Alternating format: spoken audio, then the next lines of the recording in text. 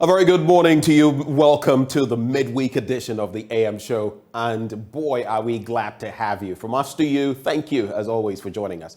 As always, you know that I'll be serving you the news shortly, but let's give you some scope on what to expect on the show this morning. So starting off right after the news, we'll serve you the news review. We're joined by our usual culprit, if you like, Dr. Kwame Asah-Asante. He's a political scientist and Director of the Center for European Studies at the University of Ghana. He'll be right here with us, well, I should say, via Zoom, joining us for that conversation. But right after that, we get into our major stories this morning. And in the first, we talk politics.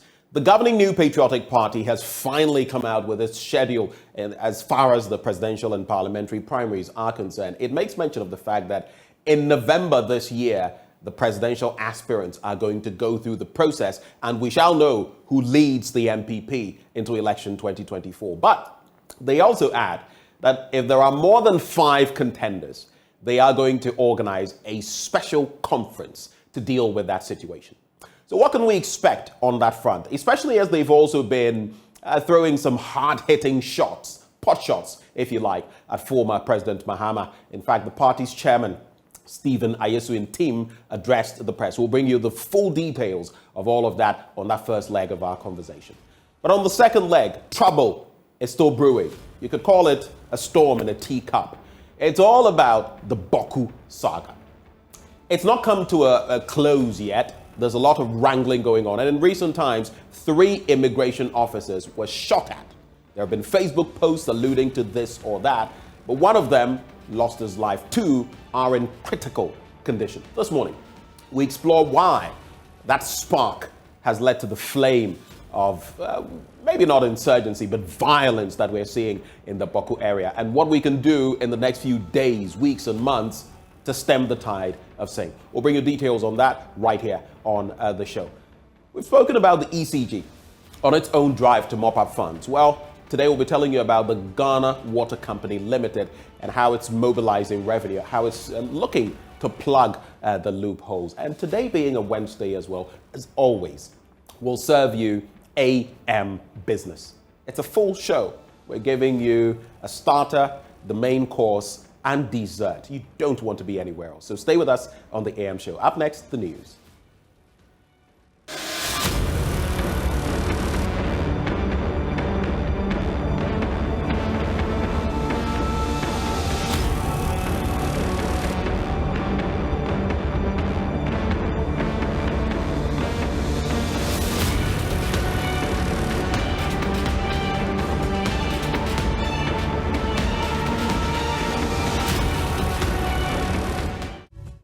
Welcome on the news belt. Let's get into our first story now. And government's internal audit agency has identified a cabal siphoning millions of cedis monthly from the public payroll under a dubious scheme that involves internal and external collaborators. Head of the agency, Dr. Eric Odrosai, says the group is behind undeserved claimants on the payroll and other fraudulent means to make money from the state.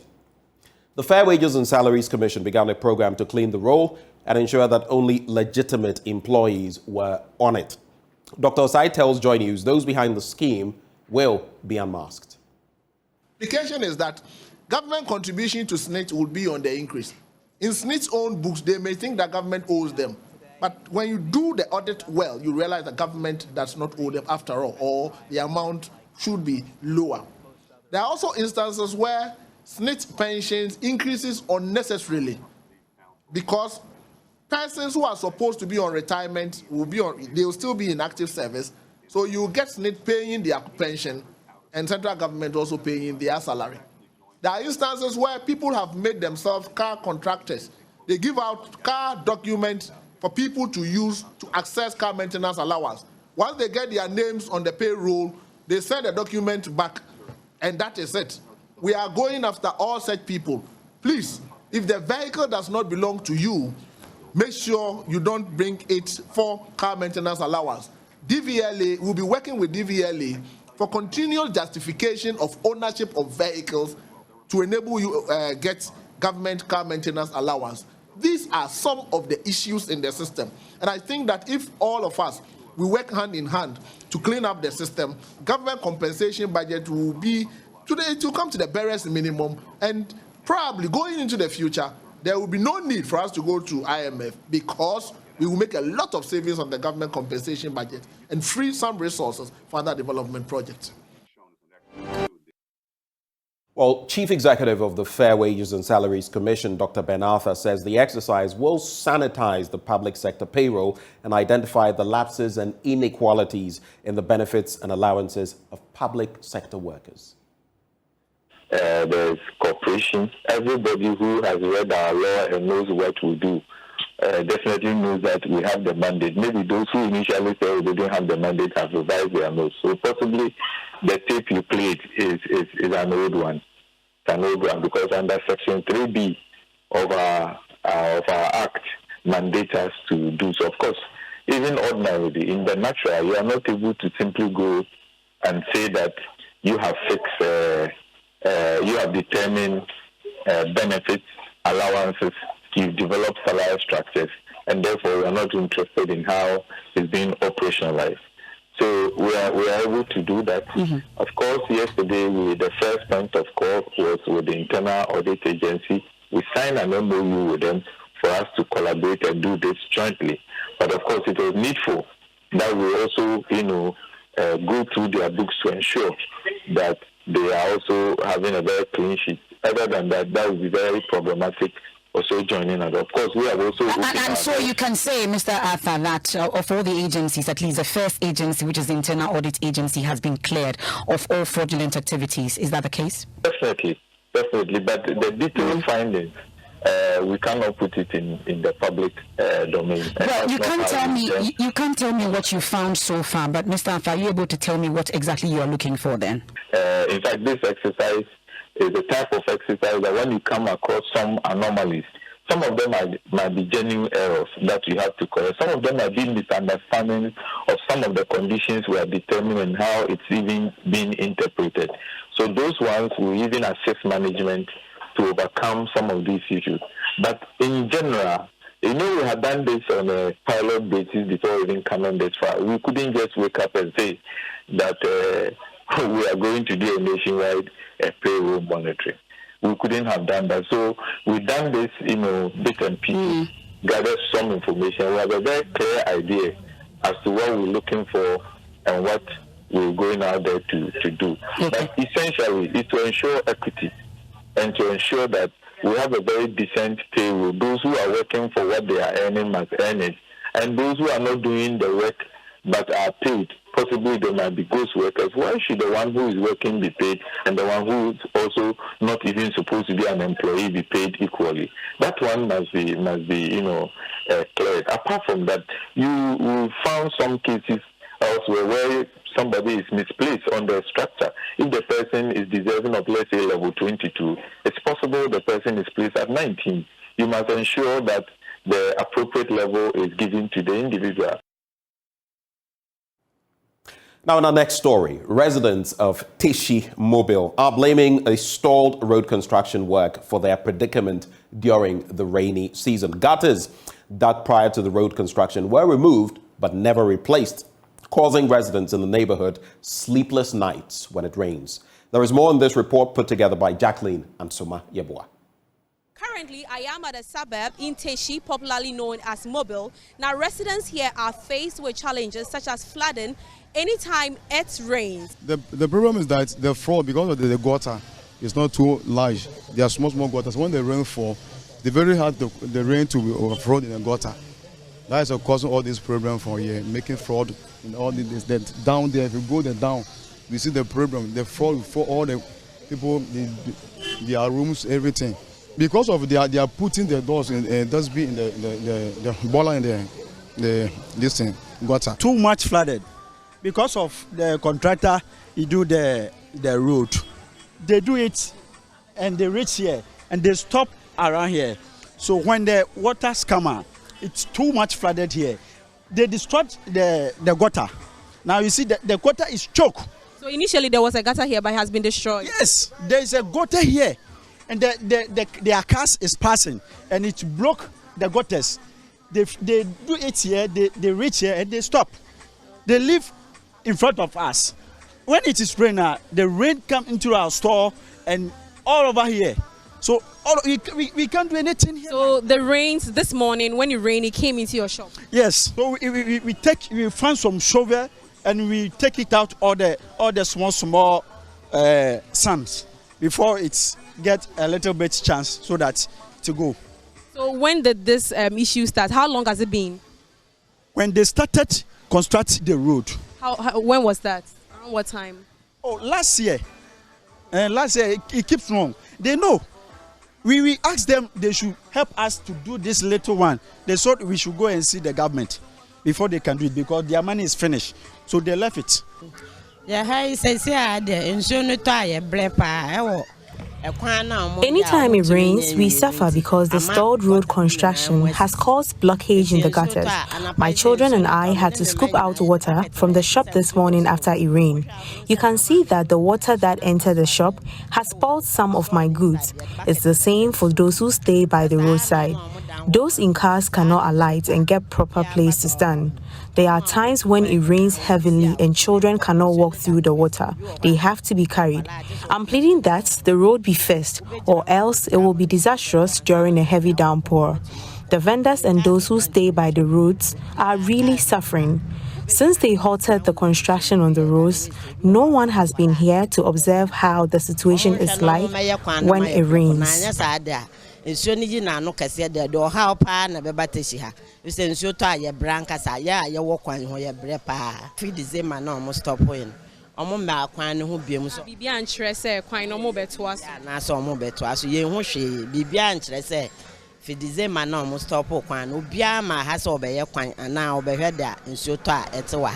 Just as you heard from the residents of Teshi Mobile, now anytime it rains, they find it very difficult. With these narrow gutters in here, the drainage system is very poor, limiting productivity, and drivers are finding it difficult to navigate. Jacqueline Ansuma Yeboah reporting for Joy News. Well, from there, let's head into the Ashanti region, where caterers and the government school feeding program in the Ashanti region have failed to serve pupils after the reopening of basic schools. The caterers are demanding an increase in the feeding grant and the payment of arrears for food served in schools in the third term of the previous academic year. Love FM's Nanabwachi Adam visited some schools and reports caterers were absent from work. Caterers under the school feeding program in the Ashanti region on Monday protested the unpaid arrears for the third term in the previous academic year. They also prevailed on the government to increase the feeding grant from 97 pesos to 3 cedis per child. The caterers subsequently petitioned the regional minister Simon Osei-Mensah. Cooking facilities in the public schools visited by Love News on Tuesday remained shut. Pupils of State Boys and State Girls MA Basic School, Mamponting Basic School and Marseille Basic School were not served their usual meals. Madam Regina Osei Santua, a teacher at the State MA Basic School, says the situation is worrying. For us here, our children, their problem is most of them come to school without money. So when they come after 10 a.m., you see that most of them will start sleeping. Some of them will be feeling weak. When you ask them, they say they are hungry. So the feeding helps them a lot.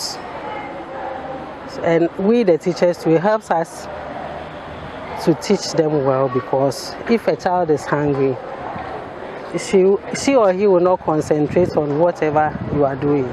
So it helps them in that way. So what I would say is, we will plead with the government to continue feeding the children for us. Madam Ajaram, a matron at the State MA Basic School, says the situation has left students perturbed.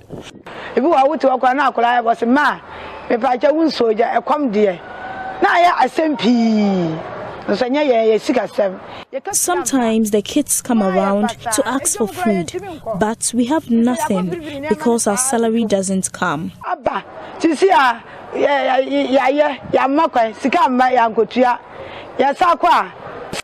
Our debtors have also refused to give us anything on loan.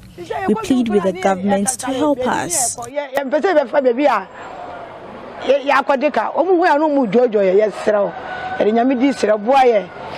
JoyNews, Nana Boachi Dankwe Yadom reporting. Lastly, in the Ashanti region, where Divine Mission Academy has eliminated Hansigold Community School and the Amazing Grace School to qualify to the finals of the Love FM Primary Schools quiz. After a solid display of brilliance and fierce competition, Divine Mission won the contest over the two with 47 points. Here's another report by Nana Boachi Yadom. Sacrilegious. SACRILEGIOUS, sacrilegious. And that is correct for 3 points. The third contest of the semi-finals of the Love FM Primary School quiz has been fierce. Contestants of the three participating schools thrilled the audience with a traffic battle of wits. At the end of the contest, Divine Mission Academy came first after beating last year's finalists, Hansigold Community School and Amazing Grace School. The contestants of Divine Mission Academy are optimistic of victory in the grand finale. The strategy was that we depended on God, we prayed on God, and we studied hard on all the assignments that they gave us. So going forward, that is the final stage. You are the first school qualifying. What are we to expect from you in the final stage of the quiz? We are going to win. This time we are going to take the trophy from Mana International School. It was a tough contest, to be very honest. Some of the questions were jaw-dropping, but we prepared our kids. And as the saying goes, teamwork makes the dream work. And as in the famous words of my school director, hard work pays. And so we worked hard, we've put in the work, we've done everything, we prepared fully for this contest. No matter how it challenged us, we came out at the top as winners. Meanwhile, Hansigold Community School and Amazing Grace School are not relenting in coming out strong next year. Next year, we are coming to come back with a lot of armor. This time, we're just coming to try it for the second time, but our armors were not tough like that. So next year, when we are coming, we are bringing a lot of armor. Every level of this competition gives you another opportunity to learn. And today was really tough. Today, the dimension the question went, we were really struggling. So this paves another way for us to study. It opens our eyes to a lot of things to study. We have a lot to study. So what will be your preparation going forward? Obviously, we came this very contest with the mentality to win. Unfortunately, it didn't go our way. We will go back to the drawing board and then do one or two things, correct one or two mistakes, and then come back next year stronger. So this is the Divine Mission Academy School. They have won the semi-final contest 1 of the Love FM Primary School quiz. They proceed to the final stage of the contest. Will they win the 4th edition of the Love FM Primary School quiz? For JoyNews, my name is Nana Boachi Dankwe Yadom. Well, we cap off the news on the political front as we head to the Upper West region, where daughter of former Inspector General of Police Jennifer Namfuri says her track record will ensure her victory in the Drapa NDC parliamentary primary. She is the only female out of 30 aspirants that have filed to contest the NDC primaries in the Upper West region. Rafiq Salam now reports. Clayton Sedu Dapla came into the venue of the veteran, bumped into and accompanied by maids of polling station and constituency executives and supporters who he claimed not aware of. They were there because of love and the numerous projects he has executed in their various constituencies. My people believe so much in me, and they think that I shouldn't come here alone. That is why you see them. They voluntarily came from Jirapa to support me. I arrived from Accra last night, so I didn't even step foot in Jirapa. In fact, I was trying to hide, just to sneak in and do my vetting and move away. Little did I know that they were also mobilizing their numbers to come and support me. So that's why they are here. He recounted, in brief, some projects undertaken in his 2-year stint in Parliament. I give some support to students, brilliant but needy students, to pay their fees. And I think I did over 300 of them. I've been able to support over 300 of them. The minimum amount I've given to any student is 1,000 cedis. Some 2,000, 3,000, 4,000, 5,000, depending on the amount that the student is supposed to pay. So that's one of the areas that I do so much in. In terms of health, I've been able to do a clinic at Bazoo, support motorbikes for the district health administration and all of that. Even still in education, I supported with textbooks. I donated over 6,000 textbooks to primary and junior high schools, furniture and all of that. So I'm doing a lot. And in terms of social intervention, my people can testify that I have been in touch with them. I've been supporting. Clayton Seydou Dappala came into the political limelight when he became the Jiriba Constituency Secretary of the National Democratic Congress, NDC, and later District Chief Executive for then Jiriba District. He is of the firm belief that the delegates of the party will vote on May 13 to retain him as the party's parliamentary candidate in the constituency. Honestly, I've been in this game for some time. You know me very well, and you know that I've started my politics from far. I've been secretary, constituency secretary, I've been district chief executive. God willing, I'm the member of parliament. I shouldn't be afraid of a contest. I have always cherished a contest. It is the only way that we can entrench our democracy. Standing in between that second-term victory in the parliamentary primary is the daughter of former Inspector General of the Ghana Police Service and late Paramount Chief of the Jiriba Traditional Area, Peter Tegenaban Namfuri. Jennifer Tegenaban Namfuri identifies some loopholes in the party. I know that the roles that women play in politics is very vital. You take your mother, for instance, for example, there's nothing that your mother can get done for you. Women are more soft-hearted, they listen, and they pay attention and make sure that needs are met to their people. So therefore, I have decided to get into this race for Jiriba constituency. There are a lot of loops, holes happening there. And I think that me being part of this race will bring some changes. Jennifer Namfuri is the only female among the 30 aspirants that has filed to contest for the parliamentary primaries in the Upper West region. The information technology expert says she's not in the race for sympathy votes because of her late father, but has on her own worked for the party and deserved a resounding victory. When you talk about NDC in Upper West, you cannot talk about NDC without mentioning my late father's name. Okay, you take Upper West, you take Jiriba specifically. He has played various roles.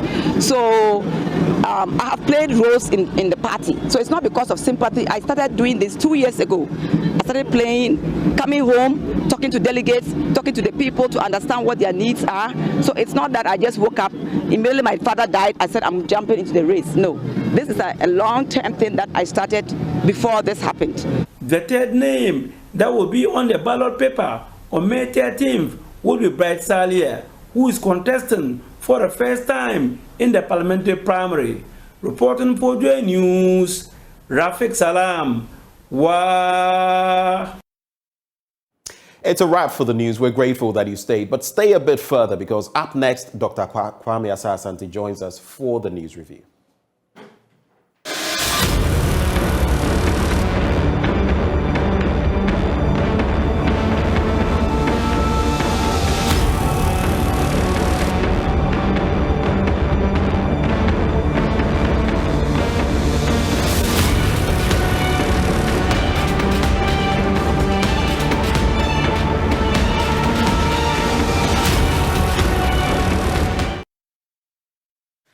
It's news review time, and like my director just said, Mijo, let's go. Let's make tracks. We're joined by Dr. Kwame Asah-Asante. He is a political scientist and the head of the Center for European Studies. He joins us this morning. Doc, a very good morning to you, sir. Good morning, Ben. Always good to have you. Before we get into anything, let me just announce that this segment is brought to you kind courtesy of Endpoint Homeopathic Clinic. Now, they've been gracious enough to offer all of us free prostate screening if you're a man, and free female fertility screening, of course, if you're a woman. And you can locate them across different parts of the country. Let's start from right here in Accra. They are at Spintex opposite the Shell signboard. Then in Kumasi, Kronum Abwehia behind the Angel Educational Complex. You can find them in Takrade Anaji Estate, Tema Community 22. There's Techiman Hanswa and Isiama Enzima. If you'd like to call them, just dial these numbers 0244 867 068 or 0274 234 321. Endpoint Homeopathic Clinic, the end to chronic disease, but only the start of my engagement with Dr. Kwame Asah-Asante. Doc, how is this Wednesday shaping up for you? And like I always do, there have been a number of prominent issues that have happened over the last week. Thankfully, you've been on board to discuss some of them with me, but is there anything topical? Maybe Boku and the immigration officer saga there, or the MPP and what it's saying about its presidential and parliamentary primaries. It is saying basically that in November, the presidential one will be held, so we know who is going to be the arrowhead of that party going into election 2024. Again, they state maybe to avoid some of the scenes we saw when President Kufuor was leaving and the likes of Aliu Mahama and others wanted to contest the slot, about 14 to 17 contenders. They say if there are more than 5, they'll have a special conference. Any of these issues you'd like to reflect on briefly before we get into the papers? Yeah, Ben, thank you. But I'll deviate from the two and talk about something which is so dear to my heart. What am I talking about? About ECG and the program that they are embarking upon. All right? Good program. I commend them. But I am so surprised that we as a nation, all right, we get up, describe ECG in all manner of negative terms, only to turn around to dupe them, destroy the company, and all there is to it. I think it's unfair. It's unfortunate. We must bow our heads in shame. I'm talking about those who are involved in this, all right? ECG, we complain that they are incompetent. They are sitting down for resources to get through their fingers. They seem to have no clue about what is happening in the organization. Now that they go around, you see institutions, you see individuals, you see groups who have, through nefarious activities, milk ECG dry. I think we cannot build a solid society when you have this behavior. Particularly, you are talking about government organizations where they have refused to pay. But my question is, do we have budget for those things? Yes, we do. And what happened to the budget? Who kept the money until the 11th hour when ECG knocked at their door that they cough up the money? That's unfair. And that is something else. You talk about illegal connection at the police station, people who are supposed to protect the laws of this country. Of course, not all the police stations in Ghana, but even one is bad enough for us to talk about. That illegal connection at the police station, that you have hotels who are making money for themselves at the expense of ECG. All right. And you have individuals, a whole community, that they go there and said everybody in the community has illegal connection. We must bow our heads in shame as a state, those who are involved in this thing. It is not fair and it's not proper. We cannot build any society with this attitude. And we turn around to come and blame government for its incompetence and the rest of them. I think this is disgusting and it shouldn't be part of any civilized society. And that is an interesting point because the Ghana Water Company Limited is also embarking on its own mobilization drive when it comes to revenue. And interestingly, you would find that a lot of state-run agencies, ministries, metropolitan, district groupings owe the Electricity Company of Ghana. And it is at the very bottom of the chain. It must be able to recoup this money in order to service that chain. For example, the payment of independent power producers. But on the political front, though you don't want to get into the MPP saga, what do you make of what is happening in the United States with President Trump, the first ever to be slapped with criminal charges? In fact, he was under arrest, ahead of his appearance in that New York City court. Republican supporters have thronged, some of them to support him. Interesting scenes there, but just quickly on that, it's on the international front. What do you make of that? He's called it a witch hunt, but of course we know that this is just the tip of the iceberg. This is the least of his worries because there are major issues that are going to be brought up against him in court. What do you make of it? Yes, Ben, I will come into the MPP thing. I know it will feature. If it doesn't, I will even talk about it. But let me go to the US. All right? It tells you where democracy is working. That is not to say that Americans don't have their own problems. They do have, all right? But we are seeing democracy. Every democracy is anchored on rule of law. Rule of law have two components: equality before the law and due process. And that equality before the law means that everybody is subject to the laws of the land. You will not have any special treatment, provided you are a human being and you live within the framework of the law. The law, once you cross it, right, you are pulled before the court and answer questions for yourself. So for me, it is a good testament that democracy is the game that all of us must endeavor to play. And when we are playing, we must be mindful of the rules, that when you get the rules wrong, I'm afraid, if you have institutions within the state, they will haul you before the institutions for you to account for the stewardship of your office or your actions. What is happening in the US gladdens my heart, and it gives me hope that Ghana will take, our lessons seriously from this and then better our society so that we allow this democracy to nurture and develop to become the best for ourselves. Interesting thoughts. Let's get into the newspapers now. Starting with the Daily Graphic, NPP not worst borrower. And guess who's been speaking? Stephen Ayesu-Ntim. Before this, a perennial contender. Finally, he's chairman of the party. And in that presser, in that engagement, he was talking about the credentials of the NPP versus those of the NDC and taking on former President Mahama. But what is fact? What is fiction? Or is it faction? We'll get into that. Opening trial to start a fresh High Court judge rules, and some have found this rather surprising, but that is the tenor. That is how it's going to go. GTA launches 50th anniversary and swoop on broken down vehicles.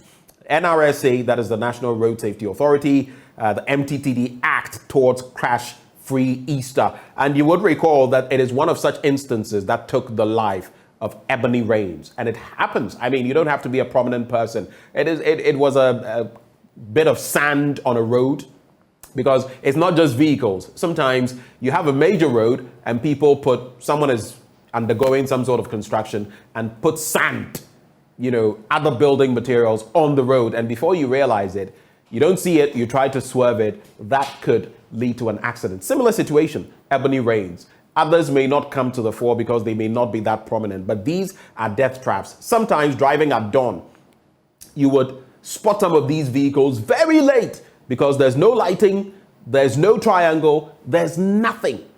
Some of them, even those who try anything, may leave some tree branches or leaves, which you may not see in the dark. It's terrible. But anyway, let's get into that story. So the National Road Safety Authority and the Motor Traffic and Transport Department of the Ghana Police Service have started an operation to compulsorily remove all broken down vehicles from the country's highways. The Director General of the NRSA, David Osafo Adonting, who made this known to the Daily Graphic yesterday, said the exercise, which starts from today, was meant to prevent road crashes, injuries, and deaths, especially during the Easter festivities. He stressed that in line with Regulation 1021 and 10 of the Road Traffic Regulations 2012, that is LI 2180, the authority would exercise the power to remove breakdown vehicles to safer locations and, quote, surcharge the owners or persons in charge of the vehicles or trailers with the cost of removal and storage for immediate payment prior to the release of the vehicles or trailers to the owners or persons involved. What do you make of this? And did we have to wait till now? Maybe better late than never, but these instances, Doc, like I've mentioned, have claimed many. In fact, this morning, the stretch I used had one of these.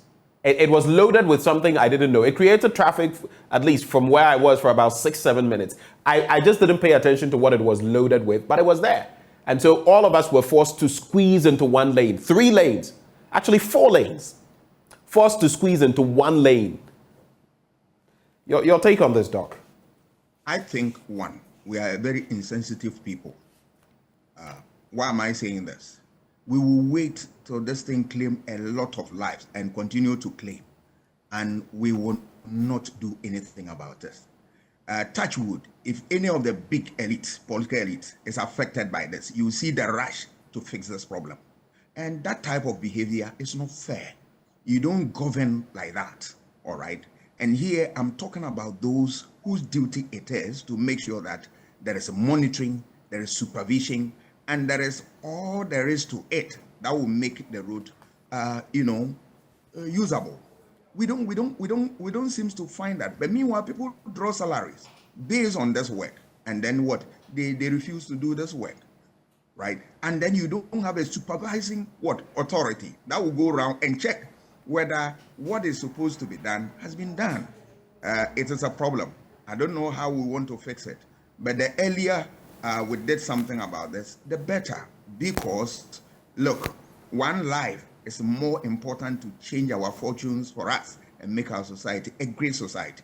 Countries that have developed all over the world, it's one person or a group of people and all that. We can't afford to continue to lose our people on a daily basis for simple things that we need to do and make our people more proud.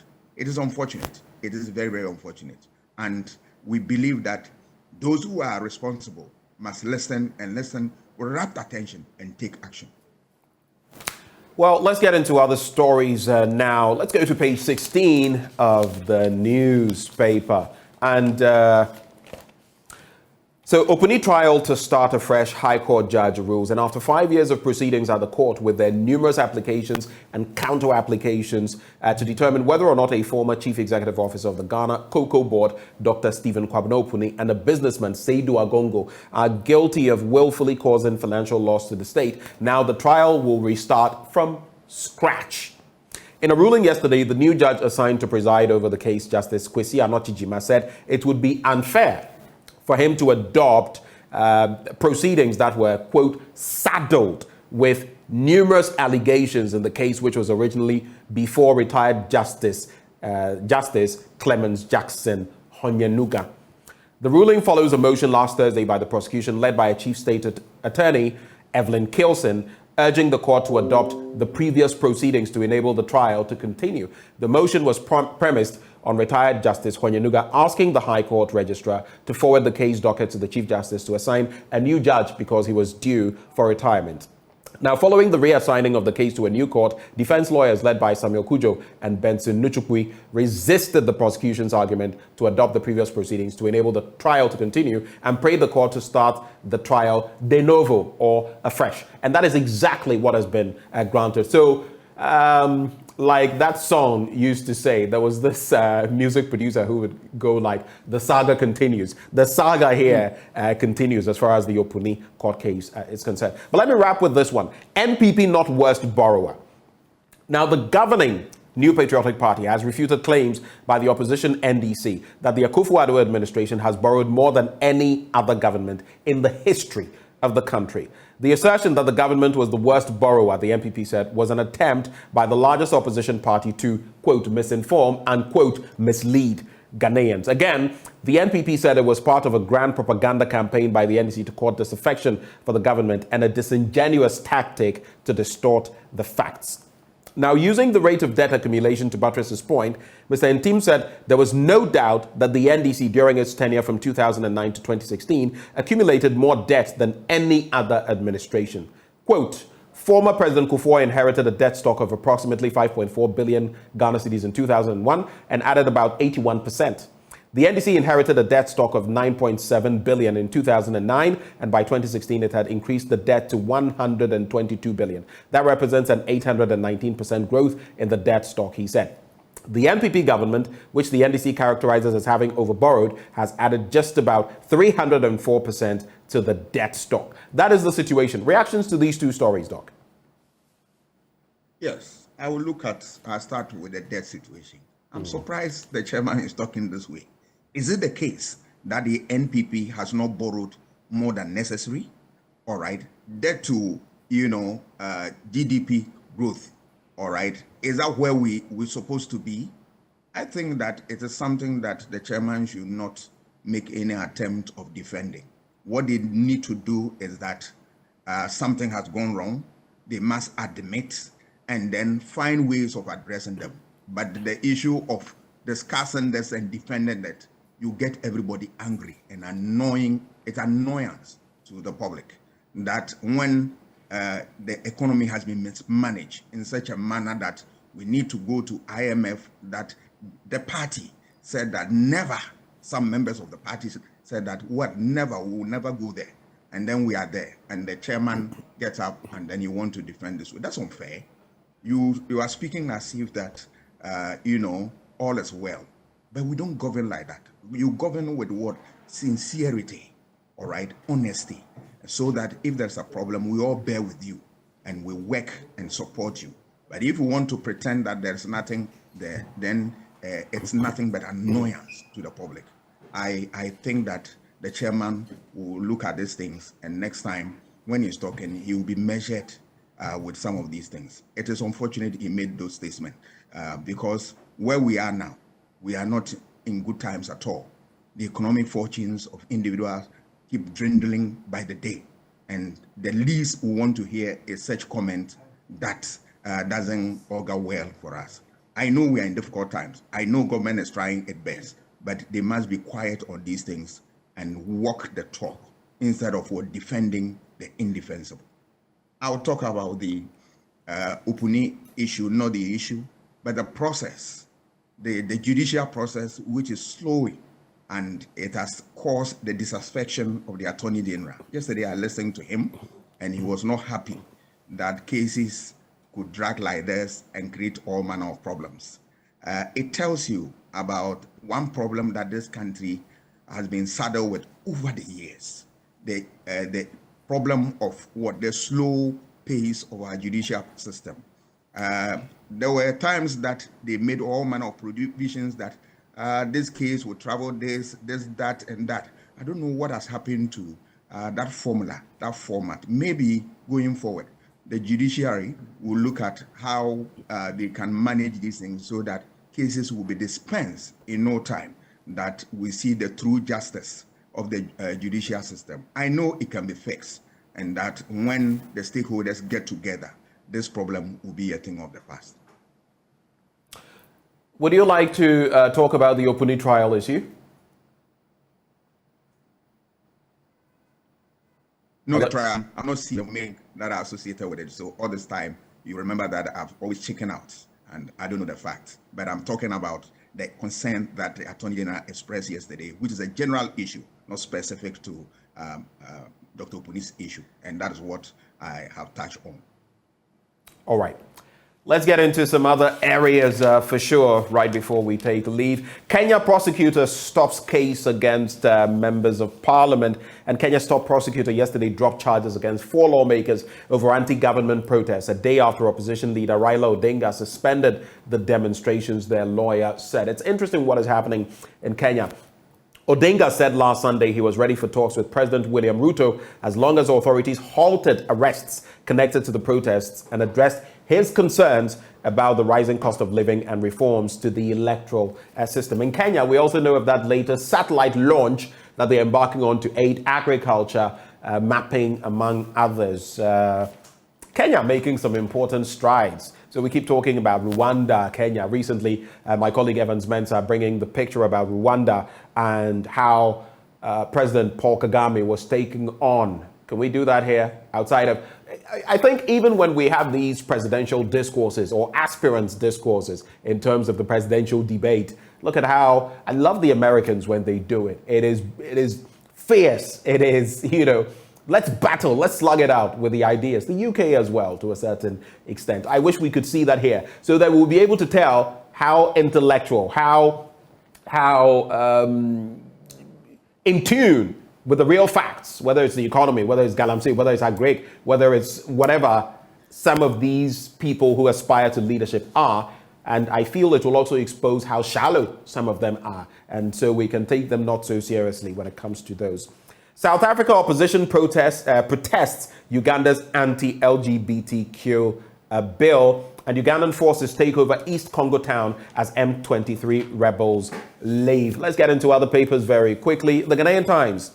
Trade unions, others kick against the new tax laws. And I've seen practically all of them, from GUTA to the Chamber of Commerce. I've heard from the AGI, the Association of Ghana Industries. We've spoken to myriad people, Joseph Paddy of GUTA, Dr. Obeng of GUTA, Mark Bedu Abuaje of the Chamber of Commerce, among others. All of them are saying this is more like Riemi Prekon, Siemi Prekon, Wekumeria, and Yekume Prekon.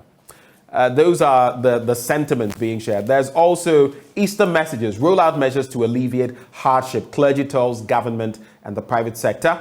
Norway Supreme Court dismisses appeal case against Ghana, and NPP performs better despite global economic challenges. That is according to Mr. Nteam. Just before you come in, Doc, so that statement by Mr. Nteam, I just wanted to go back to these facts and figures, though. I meant to mention it and it skips my mind. Between 2000 and 2008, under former President Kufuor, the amount added to Ghana's debt stock was 4.82 billion. And the total debt at the time was 9.7 billion. So curtains on 2008. From 2009 to 2012, a period of 3 years, John Evans Atta Mills added on 26.25 billion, bringing the sum to 36 billion. If you look at 2013 to 2016, which is when J.D. Mahama was in charge, it was 86.17 billion, bringing the total debt stock to 122.17 billion. So from 36, 86 was added, and then 122.17 billion was the total debt stock. And finally, from 2017 to 2022, November, the MPP under Nana Dankwa Akufo-Addo added 453.5 billion. As I speak, we've added over 570 plus billion Ghana cedis, bringing the total to 575.7. So I'm a bit curious about the permutations, how the chairman of the party looks at it. Of course, he puts together both the John Dramani Mahama bid and the former president Atta Mills bid. But even if you combined the 80 plus the 86 plus the 26, 113 thereabouts, and if you look at the difference, the 453 that has been added on, you do the math. Anyway, so those are the stories in the Ghanaian Times newspaper. I'll just tease out the salient details very quickly so we can take a look at them. Starting from page 3. So in a unanimous decision, the Supreme Court of Norway refused to grant leave to Messrs. Youngsbro AS, a party to the judgment of Norway Court of Appeal given in favor of Ghana on November 2, 2012. This was a preliminary decision by a 3-member panel of the Supreme Court's Norwegian Civil Procedure Rules. The case concerns the litigation over the purchase of a property previously identified by the Republic of Ghana for use as a chancery building in Oslo. Per the Norwegian law, if a court of appeal gives a judgment in a civil case and same is appealed at the Supreme Court, the court would first make a preliminary decision by taking into consideration whether a new or major issue of law is raised in the matter, as you would find in other jurisdictions as well. So that is the instance. And the Court of Appeal on November 2, 2022 awarded costs of $250,000 in favor of Ghana. Let's go to page 13 now, talk about business-related issues. And, okay, so trade unions, others kick against new tax laws. Some trade unions in the country have expressed their discontent with the 3 revenue tax bills recently passed into law by Parliament last Friday. The income tax, let me not mention them, but together they are supposed to yield about 4 billion. People in the space have said, just like the Eve levy, will not get here, but the trade unions are against it. And finally, roll out measures to alleviate hardship. Clergy tells government and private sector. And the clergy has appealed to the government and the private sector to roll out interventions to alleviate the prevailing hardship in the country. Very recently, we also heard from Sir Dr. Sam Jonah saying, yes, deal with the economy, but give a human face to it. Any reactions to these stories, Doc? Yes, I will start with the new taxes that the laws have finally come out. All right. My worry is that all the time, government doesn't want to listen to stakeholders. And I ask myself, why? Are we doing private business or we are doing public business? Public business requires that you add stakeholders, and it's in consonance with good governance agenda, which finds expression in the preamble of the 1992 Constitution. All right. So I will always expect government that it doesn't matter how difficult the situation is, involve stakeholders. The beautiful thing about involving stakeholders is that they become part and parcel of the problem, and they find solution. When you finally arrive at the solution, they are part and parcel of that solution. They own it. They are prepared to defend it anytime that policy comes on attack. So to all intents and purposes, that type of program is always good when you are governing. You involve people. People have expressed concern about the taxes, the incidence of the tax, the effect on people. Why is government doesn't want to listen to these things? All right. If you come out with a tax, which at the end of the day tend to affect the industry players, and of course by extension the people who consume the products of this industry, what have you achieved? You are worsening the lives of people, and it will have negative implications on society. So I think government must be sober and reflect on this and take important decisions in this regard. You talk about the MPP, that stories did not feature, but you mentioned it as one of the topics if I could consider. Now is the time for me to come to look at it, about the NPP statement that some categories of people would have been barred to contest for election and the rest of them. I find it very, very strange that this is a party that wants to maintain power. So why do you want to divide your front with such a policy? The policy in itself is nothing but something that will, create unnecessary problems for the party. Why would you want to prevent people who have served the party faithfully, who have worked to support the party through thick and thin, and now want to express their interest by canvassing for votes and then be voted for? It is not a crime. Just allow the level playing field to exist for them to compete. If they win, fine. If they don't, because once you do that, one, the implications are that, one, you kill every loyalty within the party, that people are not going to be loyal anymore. I am loyal, I'm serving my party well, with the hope that one day I'll be given opportunity to lead the party and also be served. It is normal in politics. That is people's dreams and aspirations. You don't cut them short by this type of policy. Two, you also create unnecessary tension within the party to the extent that people will now find ways of gang it up and then kick against whoever is the incumbent that you want to protect. Let us also remember that parliamentary business is not done for people, it's not done by only people who have been in parliament. People outside the parliament support them. And that, let us remember that nobody was born in parliament and that he is the only one with the knowledge of everything in parliament and he knows it all. No, we go there as individuals. Through the socialization processes in parliament, we get in tune with the dictates of parliament and perform better for our party, our nation, and for the world.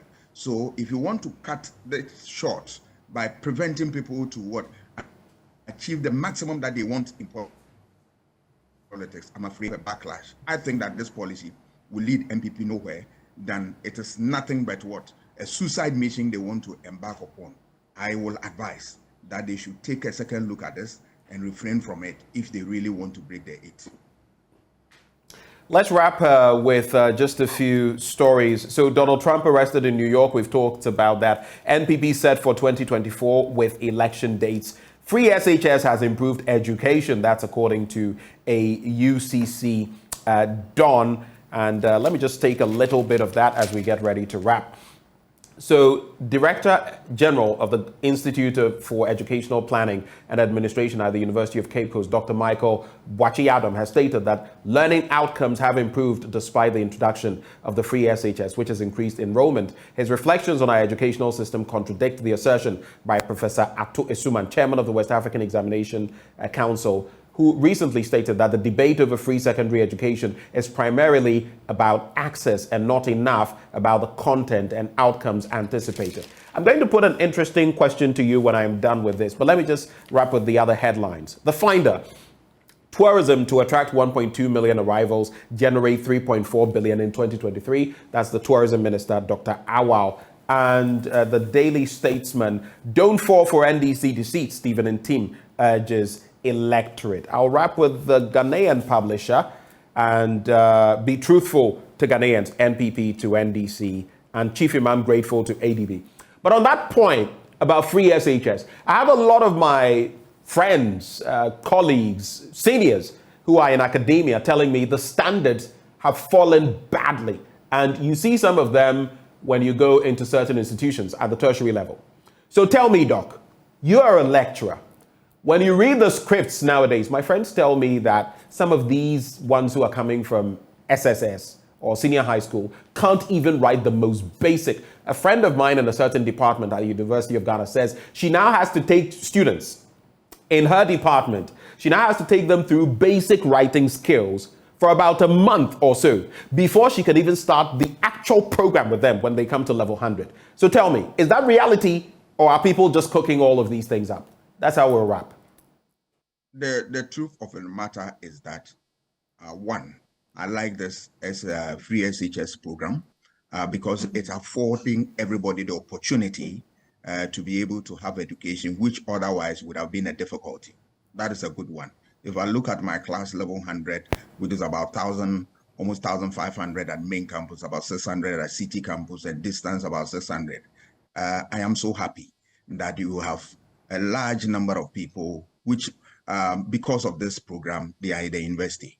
The problems that people are talking about the quality and the rest of them, is a generational problem. And that we cannot attribute it to only the system. It has been, handed on by generation to generation and the rest of them. And the good news is that the universities have recognized this over the years, and they are making sure that we fix it. Look at Eugene. Eugene noticed this thing long time before the introduction of this problem. And then they introduced what? UGRC, University Required Courses, that will enable people to write report, be able to think critically, logically. Critical thinking has been introduced, algebra and the numeracy skills and all that. All these things to help and then proper people to become the best for society. So I think that it is not a problem that you want to, attribute to this program alone. That would be unfair. It has been a generational problem, and that the university have taken political notice of it and is working at it. What we need to do is that we need to also strengthen the basics from basic level, and then they dovetail into the university one. And that one to be fair with government, government has also done its best in improving standard from basic level up to this level. So let us look at it as a global problem, and that we want to deal with it hand on, looking at what the global situation. But attributing it to this system, that would be very much unfair. Thank you so much, Dr. Kwame Asah-Asante. It's always good talking all this intellectual stuff with you and getting into issues of politics, current affairs, social matters. Thank you so much and have a wonderful day. You too. Dr. Kwame Asah-Asante is a political scientist. He is also the head of the Center for European Studies at the University of Ghana. Before we get into sports, Endpoint Homeopathic Clinic helping us bring you this segment. They're offering free prostate screening, free female fertility screening as well across their branches. Here in Accra at Spintex opposite the Shell signboard. Then you go to Kumasi, Kronomabwe here behind the Angel Educational Complex. In Takrade, they are located at the Anaji Estate in Tema Community 22. Then Techiman Hanswa and Esiama Nzema. Reach them on 0244 867 068 or 0274 234 321. Endpoint Homeopathic Clinic, the end to chronic disease. Let's settle for sports up next.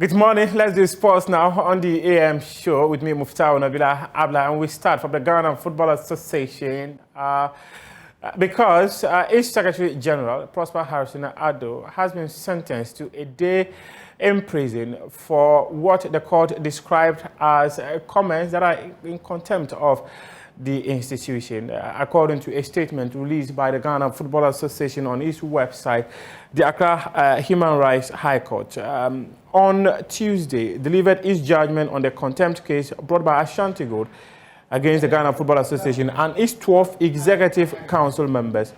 The General Secretary and a member who is also, and Sheikh Tawfiq Abdul Kadri Seno, who is a non-executive council member, they have been charged. They were held for what the court said. They made comments that were in contempt of the institution. So Prosper Hassan Addo in his personal capacity and Sheikh Tawfiq Abdul Kadri Seno were liable for comments made in interviews and on Facebook respectively.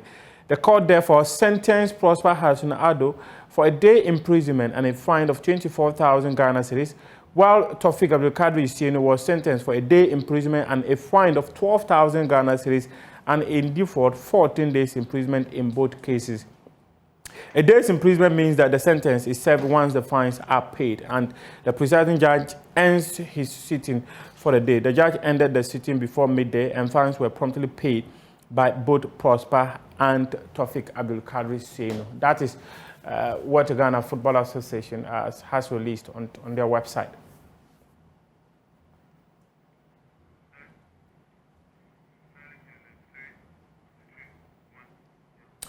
Let's talk infrastructure development now, and the president of the country, Nana Akufo-Addo, has cut a sword for the construction of an astroturf in Alajo. According to him, government is committed to ensuring that there are enough sporting facilities to unearth more talents. Football is the great passion of our people. Ghanaians are not just obsessed about our domestic league and the fortunes of our national teams, but thanks to satellite television, there are also avid followers and watchers of the great leagues of Europe, Asia, and the Americas. Ayawaso Central alone has unearthed several footballing talents and geniuses in our nation, such as Anas Seidu, Mohamed Kluche, Abedi Pele, Osei Kufuor, Yao Preko, and Mohamed Kudus. We want to see more and more Abedi Pele's, Osei Kufuor's, and Mohamed Kudus being discovered. And that is why the development of sporting infrastructure around the country is crucial to this end.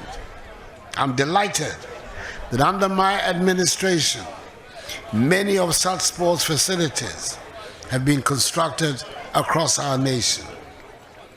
Since we assumed office in 2017, IPEP alone has been responsible for the construction of 68 AstroTurf pitches.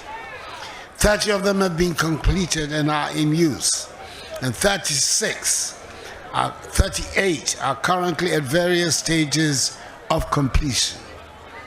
The construction of 10 5,000-seater youth and sports centers of excellence in 10 regions across the country are also ongoing, and with the one in Ho serving as the venue for this year's Independence Day celebration.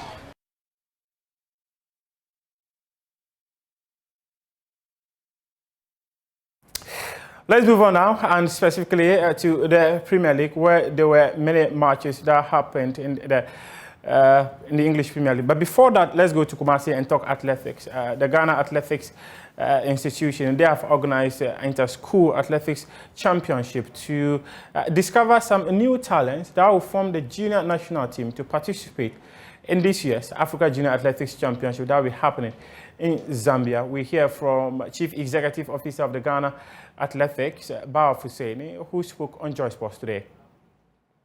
This event serves two purposes.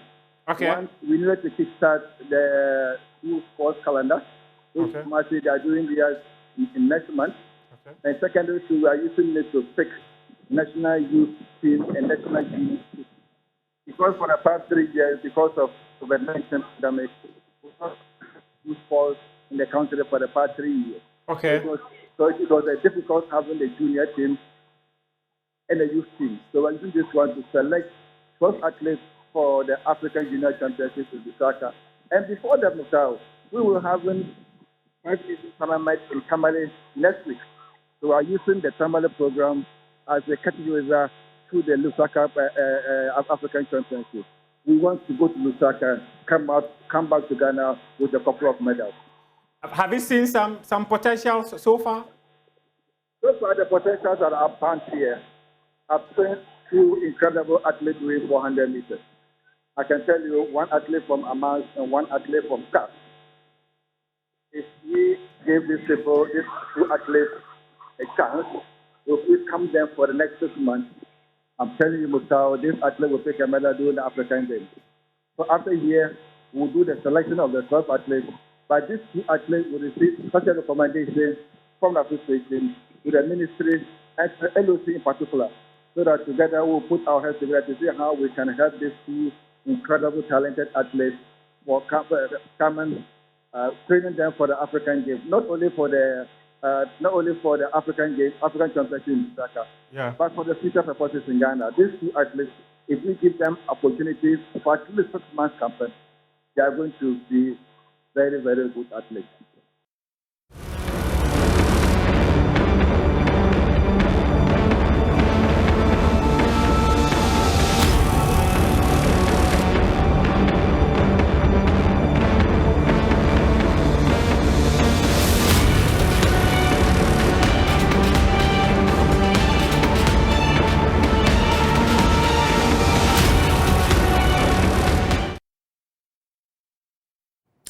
Welcome back on the AM show, and as you can see right behind me, we're going to be focusing on the MPP in the next leg of the conversations we're going to be having. We call this the big stories. And starting up, the MPP had that presser yesterday, that engagement, the party's chairman, Stephen Ayesu and team addressing some crucial issues in terms of how much debt had been added. I have a bit of a different opinion on some of the subjects, but within the MPP proper, that long wait about the presidential primaries has come to an end, because we know that on November the 4th, they're going to be electing their leader who leads the charge into 2024. The parliamentary primaries are also in the fray, and we'll be talking about other surrounding matters. Now, joining us for that conversation, we have David Boakye. He is Bono East Secretary of the NPP. He is also a member of the NEC, the National Executive Committee of the party. Mr. Boakye, a very good morning to you. Good morning. Thank you very much. Now, when I see Kakoko, that means starting who said, in my area, we don't have nothing there. You don't have that? We have, but we have not tackled it yet. Okay. Hopefully, we'll deal with this in a more sustainable a more sustainable way. Definitely. But let's get into the nitty-gritty. I want to start on a bit of a lighter note. Yeah. We've seen everything that has happened, especially in Parliament in recent times, the passage of the 3 tax bills and many surrounding matters. The business community is very upset, among others. How would you, if I asked you right now, on the back of the economic turmoil, on the back of trying to get an IMF deal, on the back of inflation, on the back of the monetary policy rates and how it's affected lending to business people and individuals, the myriad situation in the country, how would you say the sentiment is, or the MPP has fared on a scale of 1 to 10? Thank you very much, my brother. In other words, how healthy is the MPP? Good morning to our viewers and listeners. Let me say, my brother, the MPP is very healthy. Very, very healthy. We are there. We are the grassroots. Yes, we are not happy where we are. The situation is not what we want. But globally, that is where we've got into. And what is the government? The government is not sleeping. Government is trying to work hard to take us out from this situation and put us back into our growth period where we were before COVID and the Russia-Ukraine war. This is what our opponents do not want to hear. But that is the situation across the globe, everywhere. It depends on the way a particular government tackles it. Few weeks ago, we used to be compared to our neighbors. But today, where we are, they are there. They are also seeking the support of the IMF. Which neighbors do you speak of? Côte d'Ivoire is there. And if you read when they came to the staff level agreement, what the IMF said was that Côte d'Ivoire is in that situation because of COVID first, Russia-Ukraine war, then the global shortage of the foreign currency. Is that not a script that, and I interacted with one-on-one with Kristalina Georgieva sometime last year. And it appears to be, pardon my saying this, a script that these Bretton Woods institutions use, just to calm nerves, just to paint a certain picture, because they know that all these countries are coming to them in the first place. You don't want to create panic. But beyond that, we also know the reality on the ground. In the Ivory Coast, which has a much better situation because of its own debt situation, it's different from ours. We find ourselves in a deeper hole. They have their own economic, should I say, frameworks that have allowed them to be where they are at this point in time. When you go to Togo, for example, we know that for a long time, I cannot say for a fact that it still is going on, but as of even the end of last year, we knew that there was a policy where $20 million or so was pumped into the economy every month to shore up fuel prices, deal with inflation and all of that. We are in such dire straits that we are not even able to do that. No. How would you describe that? No, because fuel prices now, Ghana's fuel price is cheaper than Ivory Coast, Togo, and Burkina Faso. When I went to Togo last year, I'm talking today. I beg to differ. As of the end of last year. I'm talking about today. You're talking about today? We are talking about today's situation. Today's situation. We can check on that. We can check. As we talk. My producer, please check for me if there's a way of finding out, and I'll do same from here. As we talk this morning. Fuel prices as of today in Togo, let's say Togo, juxtaposed with what we Côte have d'Ivoire here. And Burkina Faso. I can give you the specific prices as of yesterday. In Côte d'Ivoire and Ghana. Togo, Ghana, then Burkina and Ghana. So you see, but you made a fantastic premise in just putting your question. You said they are all going there. So IMF is trying to get a good message for their people. What has happened that every country wants to go to IMF now? What is the situation? Was it like that in previous years? That all countries rush? It got to a point, if Egypt had not gotten the support of the IMF, their economy would have completely crashed. I find it a bit tricky when we bring in Egypt. You know why? Because Egypt had certain peculiar situations, especially when you look at the Russo-Ukrainian war. No, we have to put it into context. In fact, the word for bread in Egypt is the same word they use for life. Okay? And that is because they consume a lot of wheat. They get most of their wheat from Russia and Ukraine. They have a drink in Egypt that is made fundamentally of wheat. All of this, can you imagine what impact it would, what pressure it would put on their economy, the very fabric of their society? So that there are stark differences. I mean, when we want to talk about these, the impact of COVID, the impact of the Russo-Ukrainian war have been very different. Before COVID, comparatively. What was the price of shipment of a 40-footer container? Below $3,000. Due to COVID, it went to over $11,000. Is it due to COVID or also due to the tax handles we've been adding? No. For example, for now, with what we've done to VAT, let me say this for a fact. Just earlier this year, there was a shipment that came through that I had to clear for a friend. Because of the introduction of the EVAD, I think we paid about 2 times more. So if you're bringing in a product of about 6,000 plus, a little over 6,000, and you're paying 3,000, in fact, it was 2,009, it was a little over 3,000 actually. So do you realize what that means? Over 50%. What was the price of the shipment? I'm not talking about the tax at the port. I'm talking about the shipment. Let's assume you are a trader. You go to my place, Techiman, to bring maize, a bag of maize, you used to pay 5 cedis per bag. And due to a situation, now you are paying 15 cedis per bag.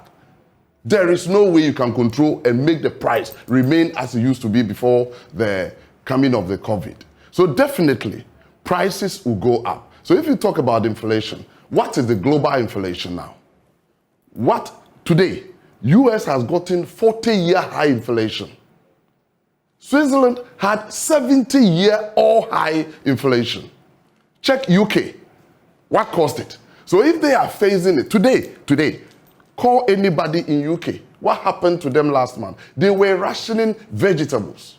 Vegetables. Let's assume. Why when we make these sorts of comparisons, it when it goes and it's positive for government, you don't want the comparison. Hold on. But when it's negative, then you say go to this place. It's like we will continue to compare, because in the NDC speech that my national chairman responded yesterday, they mentioned Cote d'Ivoire, Nigeria, that why did COVID jump these countries to Ghana, that we are seeking IMF support, we are in this situation. Today they are there. So if they had checked just 5 days before their press conference, they would have known that IMF had reached staff level agreement with Cote d'Ivoire. So they wouldn't have lied to us. You see, journalists, you have allowed politicians to lie to the electorates. That has been the challenge, because as I'm telling you, you see, you are using last year's fuel prices. But I'm telling you today, Ghana's fuel is cheaper than our neighbors. So I just Nobody's checked, talking about it. I just checked something, and I am just trying to check the exchange rate. Yes, you check it. And you see. Because comparatively, I don't see much of a difference. Here's what I mean. No, hold on. Okay, go. So the figures I am getting as of Togo gasoline prices, 27th March, unless you tell me between last week and now, and a lot has happened. First go to that before I come to mine. So I'm seeing in dollars, 1.157. Okay? 1.157. Yeah. The last time I purchased fuel, it was almost 13 cedis. Not the last time. Today, 12 it is 12.6. 12 point. Okay, so just let's take this bit by bit. We all buy fuel. Yes. The last time I bought fuel, it was 12.98. Yeah. Okay, 12.98. Oh, the last time. And it's just about. No, today. I get the point you're making about today, but a few days ago I purchased petrol, 12.98 per liter. If I am looking at, because mind you, this figure I am also putting there, why it's relevant, this is 27th March. Yeah. So it sort of corroborates what I bought it at. Adjustment, there has been 1.157 American dollars. How much would that be in cedis? Even if you're pegging it at, say, 11. And if we're using the Bank of Ghana prices, then it would be far lower. Why do you go to Bank of Ghana? Oh, why do I go to Bank of Ghana? How about how you calculate it here when you are going out? Hold on. When the street value figure is used, everyone is up in arms. People in government will tell you, no, it is 8 CDs, it is 9 CDs. But when, if the standards are going to be set, then we might as well use that rate across the board. I use what the public is going for. How many people? So we should use the street value. You use the street value because that's what you have been using. Let's use the street value of about 12. Yeah. That would give you a little over 12. So let's say 12 CDs and 15 pesos, thereabouts. If we are using this figure, which would still be less than the 12 point what you mentioned. No. As of I'm telling you. So you're saying as of now. As of today, fuel in Burkina Faso is 17.27 if you bring it to Ghana cedis. If you bring that off... What is your rate of conversion? What are you using? You see, you are using that of last week. So pick that of yesterday. No, but I just want to know. I've told you my formula. I'm asking, what is your formula that you're using? I didn't write that one, but I want you to... Unfortunately, you have it. So you were given these figures to mention. No. Have you taken the time to go over the figures and make the permutations? I've done so. But as I said, I couldn't have picked all the things. You see it. So what I'm telling you is that you, for the benefit of the doubt, you are the neutral arbiter. So just go there today and pick their prices. And let's convert. Because I'm using our prices today, not our prices on 27th March. Do you get it? So what did you get? Adjustments. What did you get for Togo? I don't see a figure there. What figure do you have for Togo? For Togo, unfortunately, I didn't write it, but it's also still higher. Togo is around 16. You check it. I see. Yes. You see, now, one thing that we don't seem to appreciate It's the strength. I'll let you go on, but like I said, you see, you must look at the exchange rate in those countries and look at the exchange rate here. Yeah. Then comparatively, you will look at the price of fuel. There's even PPP that you have to take into consideration. So just bandying these figures, and I am not sure. That's why I was asking you. Figure. I am not certain. That is why I did at least the check on Togo. Unfortunately, and the for figure us, I would am have getting. wished you would have had a current figure. Because, these days, all these countries are doing the adjustments. And we did our adjustment just 3 days ago. 3 days ago. And this is what This is what we have. And they have also done it. So you are using that of last month. Technically, last month, the 27th of March is how many days away? It's actually a week away. Let me stick to your price. It's actually just Let me stick to your price and let's take it. Right. Let's assume that the price you bought fuel in Togo last time you went there last year, compared to Ghana last year, bring it to today. Will you say government is doing bad? I would say it has gone down. The prices have gone down. Of Ghana? Yes. Is it good or bad? It is a positive And the development. anticipation is that it should go down more. Exactly. In the third and that was the exact point I was going to make, because there was a time down further. There was a time I was purchasing fuel, filling my tank with less than 400 cedis. Yeah. So if now I'm still spending close to 700 cedis, at a point it was over. At a point it was over 800 cedis. What was your salary by then? You see, one thing is that we have a situation. We cannot keep comparing what we had yesterday. We all admit that there is a situation that we don't want to be. And government is working hard. That's why I want you to appreciate that just even last month, the price you bought fuel has changed this month. I'll tell you about change, since you like using the word change a lot. Just about 2 years ago, what value my salary gave me in real terms has been eroded over 60%. Would you believe that? That's good. I appreciate that. Would you believe that?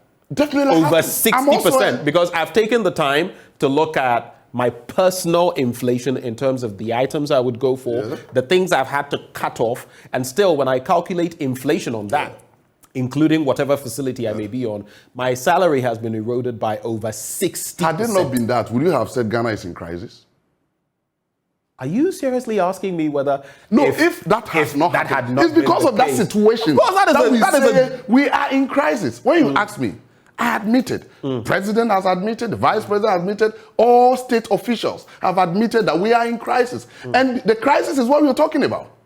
If our salaries and our expenditure were to stay the same, we wouldn't have said we are in a situation that is bad. But we have gone to a situation that is bad because there's a global situation. And it's not Ghana. I was telling you something that, let's imagine Ghana. You go to the market and they tell you that you buy this quantity of pepper and you cannot buy, leave the rest for somebody to come and buy. This is happening in UK.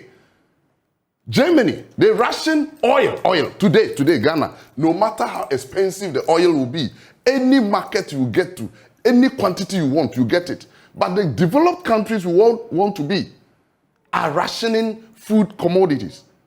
So we can't say that our situation is peculiar. We have to admit that we are in bad situation as a global economy. So Ghana is working. What is government doing to take us out of this global economy problem? So while we are doing that is where we have to focus on. Then we don't allow our opponents to just throw dust and take advantage of the situation. We'll talk about the dust. I'll get into some of the figures that Mr. Yesun Tim has been putting out there, which for me I find pretty interesting. One of my senior colleagues, not here but outside of here, sends me this message, which actually makes sense. I forgot to mention. Importers of fuel use interbank rates, not forex rates. And so, in fact, it goes back to the point that they will not be using the 12 point something or so. They would be using the interbank rates, which go according to what the Bank of Ghana, the central bank, stipulates for them. If they were to use the normal bank rate, our prices, they don't use the street value. They don't use the street value. Do you know if they were to use the street value? Do you know why did the vice president innovated the gold for oil deal? That people do not want to understand. They say, oh, the prices... It's not that people don't want to understand it, or is it that people want more transparency on the back of... When you have the PIAC, former PIAC chair, telling you that, look, there's a lot shrouded in some sort of mired in confusion. Yeah. There are very gray areas. You have the miners themselves come out and say this. So you have many of those in academia, in policy, and coming to tell you that there are gray areas. Deal with this. Price. How is that, you know, the miners propagandist in any way? Because government is not mining directly from any field to go and purchase the gold, the oil for us. Government purchases the gold from some people. What price do we buy it? What quantity do we buy? So that we use it for the gold. These are not things that can be hidden. You see, everything that has come, people find a way of making a propaganda out of it. That one is fair. Let me ask you a quick question.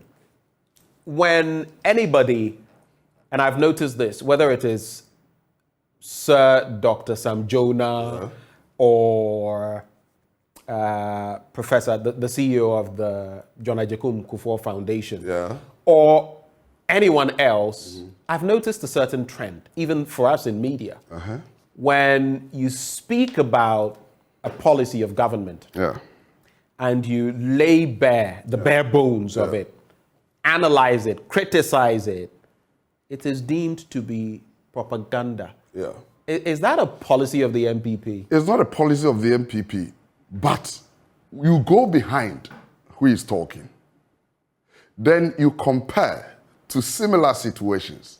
What comments did those people make? We could also make there are people who criticize the former administration who now are silent. What would you say about that? So that should tell you. What would you say about that? That should tell you their interest. Oh, I see. Yes. So that should tell you their interest. Okay. So if you today... So everyone who was speaking then, who is not speaking now, was an interested party. And so moving forward, we cannot take them seriously, found right? out why those people are not talking? Some of them will give you Then have you found out why those who were silent those days are talking today? Right. Have you found out? Why were they silent? How about those who were talking then who are still talking now? So they are those we have to subject their issues. But those who were silent those days and are talking today, their issues are not concerned to me. Those who were talking those days and are silent today, no, we can put them aside and put them in a bracket. Then pick the neutrals. Then in the issues they are bringing out, the fact that you are subjecting government policy into scrutiny does not mean that government too cannot answer you.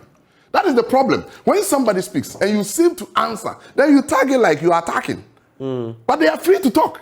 We are not free to answer. I think the interesting position, though, is that it's almost as though you were free to answer, but we weren't free to express our opinions. Because each time, a lot of the time, I have been threatened. What? But you know the threats. You know the threats some of us faced. You don't even want to know about them. You know the threats some of us faced. And you know, well, so you're a politician. I am threatened not. By a government institution. I am not. No, threatened by a government institution. You see, one thing that happens is that you may have an individual friend. Due to one or two things, the person may have an interest in certain things and try to attack you. That does not mean government. That is the problem too we have in this country. When somebody receives, I am David. Yes, I'm a regional secretary of MPP, but I'm an individual, a Ghanaian. So if I seem to have an issue with you, why do you associate it with government? There is a government deliberate policy that we are attacking this person. Let's see if that is how the threat is like. So we don't just bundle anything that, oh, we have received threats or people are talking and they are being attacked. Nobody is attacking anybody, but we are trying to answer them. Then as I was saying, people have interest. Today, maybe politically, what we know, you may not know it as a journalist. People have interest. People are just lobbying directly for running mates from some places. And they need to begin to talk. Do you think when they talk, we'll just leave them? So that when it's sprung on us, they are running mates and they say, oh, they are neutrals. No, they are not neutrals. We know them. We will deal with them politically this time. Whom are you speaking of? No. When it gets there, you know. Wait, are you speaking of those outside the MPP or within the MPP? Those outside the MPP. Those outside the Yes. MPP. I see. Some have alleged that same situation you're painting. Others have mentioned same about certain figures whose names I will not mention within your party who are also positioning themselves and making all sorts of comments. Is that necessarily wrong? They may be wrong. Let me say this. With all fairness, let's assume multimedia has an agenda and on their agenda, they place you at a side to play a role. Then because you want to come to be the main leader of multimedia, you go and stand outside and say the whole thing we are doing is bad. Whilst you play the role. So does it mean you play the negative role? You play the negative role. So you are failed. Let's assume all the rest did not do their work well. You too did not do yours well. So we will not just allow you to just say anything just because you have an interest. You said, so my brother, don't just assume answering people who are trying to criticize government for their own interest as a threat. No, we are not threatening anybody. We are in democracy. People have spoken. People have even done press conferences, given messages at programs, said certain things that are wrong, that are completely wrong. But nothing has happened to them. They are still in their businesses, pursuing their agenda, pursuing their interests. I find it curious. I'll let us wind on this so that we can get into the party issues. But I find it curious when you suggest, in a way, that people have said X, Y, Z, and nothing has happened to them. Almost as though the reverse should have been the norm. Almost as though something... Because you said... Actually, nothing should happen to anybody. Now, the point is to be made, since you bring that up. When you have many more people, and I'll give you my personal example. Do you know why I find this worrying? Because former President Mahama, from those three... Muntia 3. Not even the Muntia 3. No, those who were brought into the country who were housed in a certain hotel. The Guantanamo, the Guantanamo guys. To the Ford Explorer issue, the Burkinabe businessman, Kanazue. To all of those issues, we can go back and look at how we bashed him and his administration. In fact, I remember in September 2020, I had a discussion with a one-on-one interview with former President Mahama. And I resurrected the issue of whether he was corrupt or not. You remember that BBC interview? And I put it to him again. I rehashed it. It was interesting. We hold the feet of leaders to the fire of accountability. Never did I have to, sort of sleep with any thoughts. But nowadays, I'll tell you what, and I can, if you want, I could even bring these people. My own parish priest. Hold on. Let me make my point. My parish priest, I go to church, and he asks me, Ben, I listen to you. Do you feel safe? This and that and that. Some of what he says, I cannot mention on air. My mother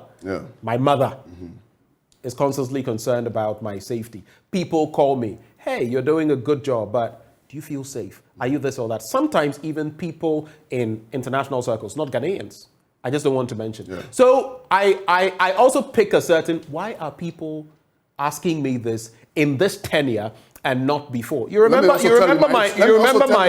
former colleague. Let me just land on this. Manasseh Azure Awene. You remember what he said at a point having to travel to South Africa, and threats that were, those are real. They are not imagined. And you see how journalists across borders, you see how we've been falling in the rankings. So tell me that people are being journalism excessive. A party communicator. You're a party person. I'm not saying it's right, but you're a politician. For the last 18 years. Right. I was stopped from moving out after 8 p.m. Yes, I had to be advised. Stopped by whom? That's just like your pastor. Me too, my priest told me, my chief called me. I see. And they said, this is what they had heard. And actually, we were attacked. Come to Techima, Classic FM. We were attacked when we were having a program. Fortunately for us, none of us got injured, only the NDC rep. He's currently the regional secretary of NDC in Bono. You can call him. Are you suggesting that he had a hand to do with that? No, I'm saying that they attacked us. Their people attacked us when they were in government. And fortunately, he's the only person who was injured. All of us ran safe. It's interesting though that his people came. That you say fortunately, he was the only one injured. Someone is injured and you say fortunately. His people came to injure him, not me. I see. Not me. They were throwing stones at us. And we had a place to hide safe. But he didn't early. He got injured before he got a place to hide himself. Do you see what I'm saying? So this thing that you're saying, and you see, I will not even be surprised you go to Ahmed Swale. Then I'll go to Bono I have to tell you, Peace FM reporter who was shot dead 5 days before elections. I mean, if we wanted to go down that, so that is it. That's what we don't have to go. You would remember. No, hold on. You would remember the XYZ issue. You would remember the radio Adan, the radio station in Adan. We could go down that road. I think what we should be doing is that as political parties, especially. You didn't mention it here because you mentioned Adan and XYZ, but you don't mention Classic. These are stories. The stories I just mentioned. Classic FM from how many years somebody ago, got injured and has died out of it. The general manager of Classic FM, unfortunately, died out of that attack. I see. Come to Techima and do investigation. You see, we had people there, party executives, having pistols on them. They had pistols on them. We know them. Come to Techima. Why should that be the case in the first place? They were moving with it. Because their party was in government. I'm telling you this, that it's a public program. Come to Techiman, send your reporter to come and investigate what I'm saying. That I said NDC executives, including the then constituency organizer, late Mumuni, they had guns, pistols on them, moving with it. Do you feel that is a point we must get away from? Yes, especially definitely. As NPP, NDC, and especially considering the sort of geopolitical cauldron we are in. Look at the countries around us. Coup d'etats, economic turmoil, all kinds of things. We've been talking about intransigence all around. That's what I was going to. And we're talking about Baku now with all the happenings there. You know, the intransigence can take advantage of a situation like this. Insurgency, if yes, and just enter our country and assume something, attack somebody because they know, oh, when Joseph is attacked, it will be assumed that he criticizes government. So it's not a good situation for us. But we should also make it look like it's government-sponsored thing. You see, we are not in the minds of individuals. Somebody may seem to even love the party, his own party, than even the entire party bloc. So that person may take a decision, which is an individual decision, not a collective state decision. So we have to handle these situations peculiarly. Like this one is this. This one is this. Like you said, I'm just yet to hear you say a state-sponsored entity has threatened me, Joseph, because I criticize government. That hasn't happened yet. But if individuals do, it's not here alone. It happens everywhere across. I'm somebody who listens overnight foreign news. And what goes out there is not good. But if it were just a pinch of it were to be our situation, I think maybe people wouldn't feel comfortable to say. So let's make tracks on this conversation. I just want to go into Parliament briefly and then but even before I do that, so your scorecard, you say the MPP has fared exceedingly well. No, I wouldn't say so. For now, but that's the impression above average. Above average. Definitely. On a scale of 1 to 10, considering everything that is happening, how would you rate the MPP? For now, 6.5 because of our 6.5. Yeah. So that's 65%. Yeah. Which is a pass mark. And that's why Ghanaians... That's far above a pass mark. That is why Ghanaians gave us a second chance. Because if you are not good, they wouldn't give you a second chance. You come one and you leave. Your votes fell by about 500,000 in 2020. People were even expecting us. That was a verdict. You lost. In fact, your members of parliament have been whittled down to the bare bones. Since 2000, our opponents have never won election with a gap over 200,000 over us. So if we drop and end at 500,000, it's very positive for us. And if we are to win the next election by 300,000, we will like it. Victory is victory. Right. That's good. And you think you'll get there? We are getting there. I'm telling you that. You take it. You see, we don't want the situation. People thought, oh, banks were collapsing, these things, and 2020, we were hopeful we were coming. And they got the 500,000. You were talking about Parliament. I don't want to go into details. We lost Parliament because we gave some away. The MPP gave some seats away. I'm telling you, in my region. How did you do that? No, that's what I'm telling you. Because of infighting. If you come to my region, we had 5 seats. We lost 4 and got 2 new virgin seats we have never taken since 1992. But the 4, you come there, call your reporter there, my brother, I'll remember his name. Is it Anna Sabit? Sabit. Right. Sabit is a brother. You ask him. Infighting to the extent that a member of parliament told his constituency chairman that don't vote for me. If you vote for me, I'll lose. I don't need your votes. All the 70 executives, I don't need a vote of a single one of you. We pleaded. I knelt down before the member of parliament. Calm down. Let's win our seat. He said, no.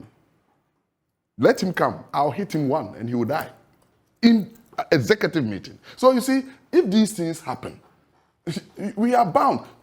Come to one of our strongholds. There was a banner of the president and the candidate of the NDC being championed by our own people. So these things are details we will not tell you. But let's go there, you'll see what will happen. But that's an interesting picture if your people opt for the opposing side. Because they had fallen out with a member of parliament. Not because of his work, but because they had personal issues with him. And it degenerated because he sponsored 10 executives against the incumbents. All his 10 lost. The incumbents did the appointment of the 7. They didn't include any of his people. And it became straightforward from day one that they are anti. And I am anti. So I'm anti-executive, they are anti-MP.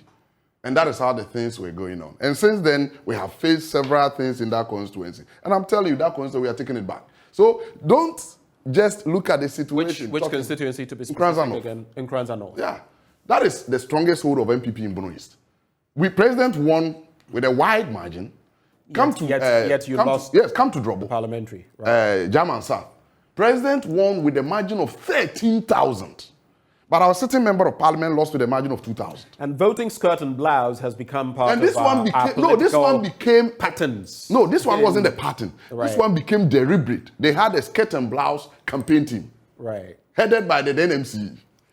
So the dynamics are not in like, Parliament, though. I just want to quickly find out about this. I listened to the member of Parliament for Nanton talking about that accident he had, and gory accident. If the pictures we saw were real, and he had to be ferried at a point, brought in an ambulance, stitched up in a washroom, and then within the precincts of Parliament. So the Speaker allowed him his vote to count. The NDC members of parliament were not happy with that. I think we saw the same with the former chieftaincy minister. At a point in time, he was brought in with Yakum. He was brought in an ambulance. Yeah. It has also raised the question about politics over life, politics over everything. In fact, there was an interview with the Nanton MP, and he said that, at that moment, yes, he felt the urge to vote was even more important than his life. I found it interesting because without life, he wouldn't be able to come and vote anyway. Have we taken this political game too far? No. This wasn't policy. Just so we can pass those three bills.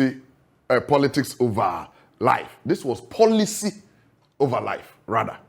Because look at the situation where it would have been painted to the whole world that the government has made nominations and those nominations did not go through. When our opponents had instructed all their members of parliament, even those who were abroad, to come back, and nobody was to travel, no matter your situation. So if somebody was to have a medical checkup outside, because the person did not bring it out, and you didn't see the person being physically carried, so you say, oh, we did it. But they prevented all their members. You don't know those who had health issues, those who had business issues, those who had family issues, but they said, no, stay. So if you stayed, once you are alive, the only thing we have to see is that you are alive. After all, you're a member of parliament. And they, in their hearts, knew that they could not fail their people. Because their people told them to come to parliament to support the president, to deliver. And if the president is delivering, getting out of a situation, let's imagine having a ministry of agric without a substantive minister. And we call Ghana an agrarian economy? No. So we wouldn't wait. The people knew that this is a policy of government in terms of passing the bills, in terms of approving ministers, in terms of approving the justices. But one thing that I want us to clear off our minds is that NPP MPs stood still. Then the NDC MPs stood still. And no, that did not happen. There is a possibility of some NPP MPs voting against some of the nominees. They're more than what we know of the NDC MPs because we just added the numbers, voted for. Let's go to even the Supreme Court. So, but that has been made mention of in some of the discussions I have had here. Let me give you one typical... No one really was paying attention to the fact that some in the majority could have actually voted against... Let me give you one typical example. These nominees. We have 3 votarians at the Supreme Court. Justice Onyanuga retired in September. Right. Justice Doji retired in December. This year, Justice Doche is retiring. If Justice Yaogao had not gone through, there wouldn't be any Supreme Court judge after August in Ghana from Volta region. When he was being vetted, all the chiefs from Volta region, those who could not come, sent delegations. What was the meaning of that? They needed somebody at the Supreme Court. So what do you think the Volta MPs would have appeared before their chiefs if this Yaogau had gotten only the 136 and wouldn't go through? So they had betrayed their region. The president wouldn't have problem. He will make further appointments. What is the justification that the further appointments a Voltarian will be in? Certain things you don't see. I know I am from Bono East. We don't have a cabinet minister. We keep calling for a cabinet minister. If today the ministers get to 150 and the 151st person is to be a cabinet minister from Bono East, if all the chiefs, House of Chiefs, have to whip all the 8 NDC MPs from Bono East to support that person, because we also need a cabinet minister, we will do it. So you don't say government is bloated because there are many people and somebody should suffer. You believe, just because you brought it up, give me a straightforward answer. Do you believe we could reduce the numbers to about 60 or less than that?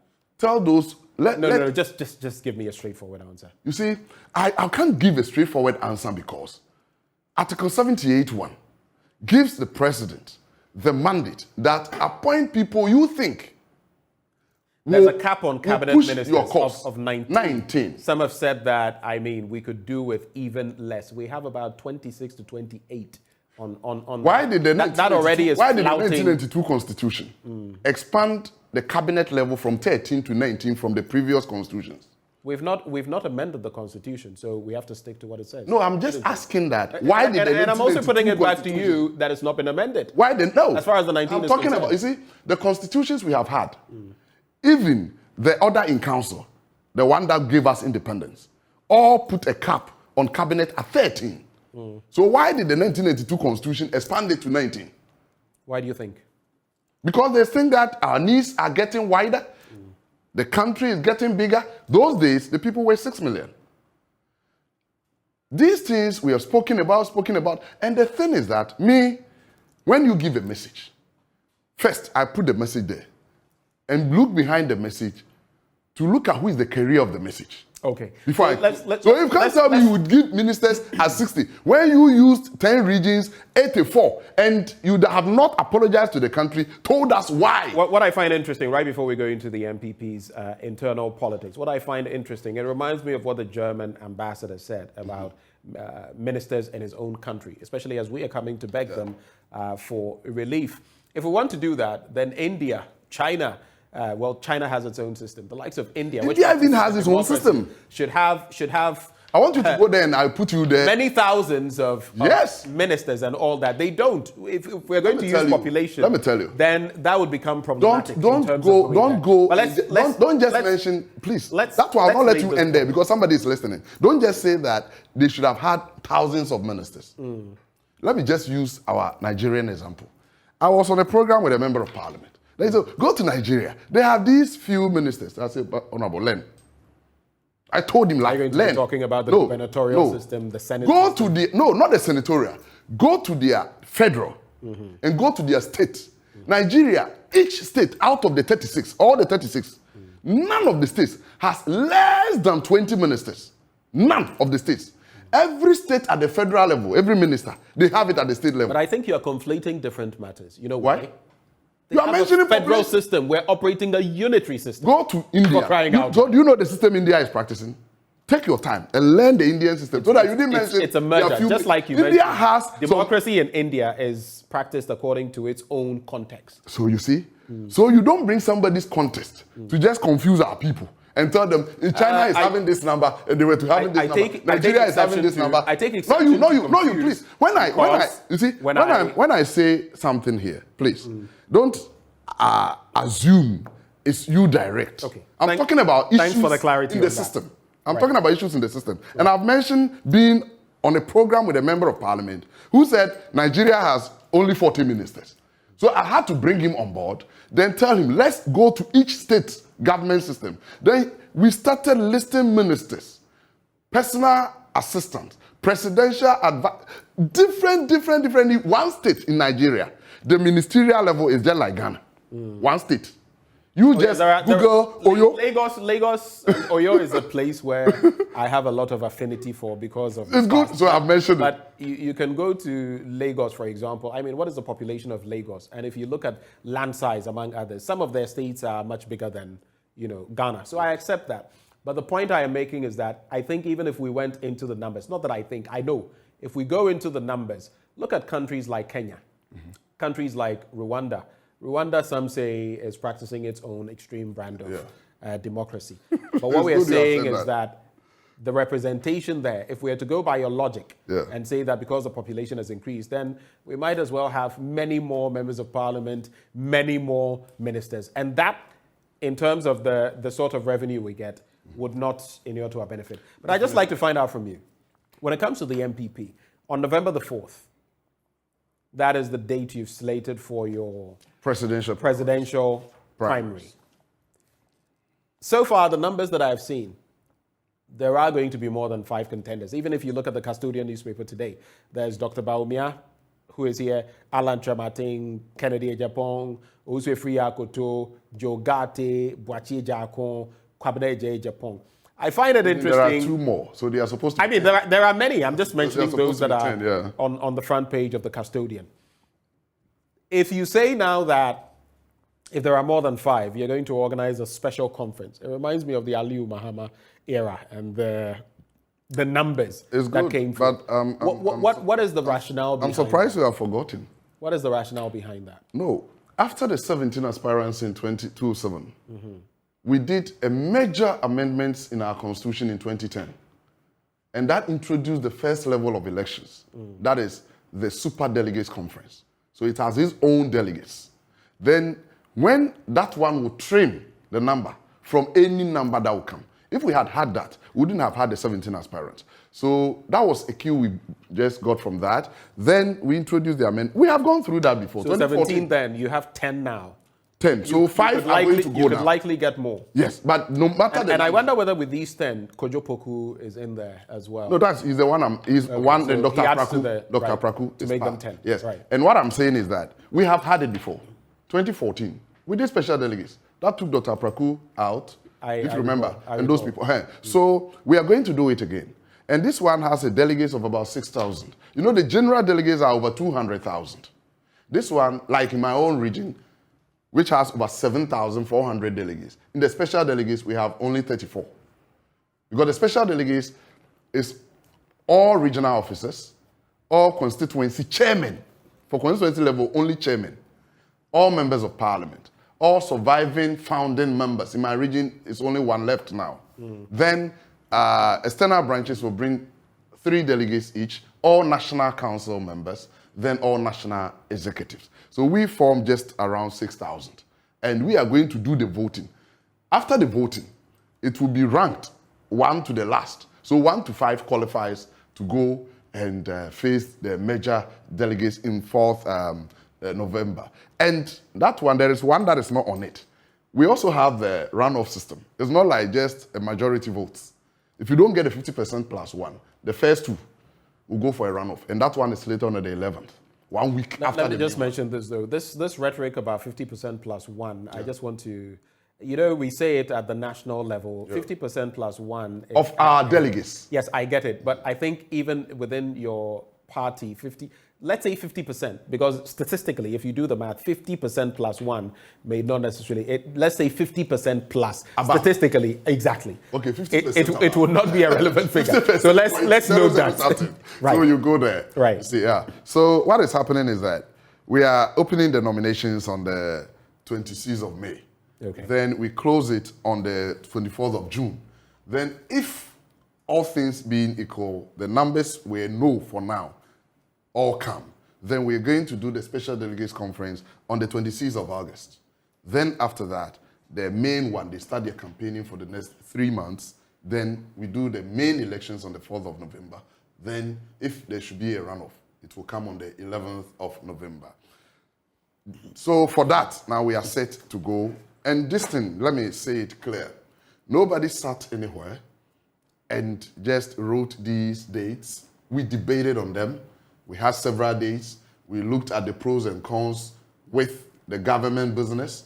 Members of parliament are to play active role in all these things. So we look at their business too in parliament. So these members of parliament, in fact, we had their large representation. Over 50 of them were there. And you know, per our national council structure, all ranking members or committee chairmen are members of the council. Aside that, there is a specific parliamentary delegation number of 11.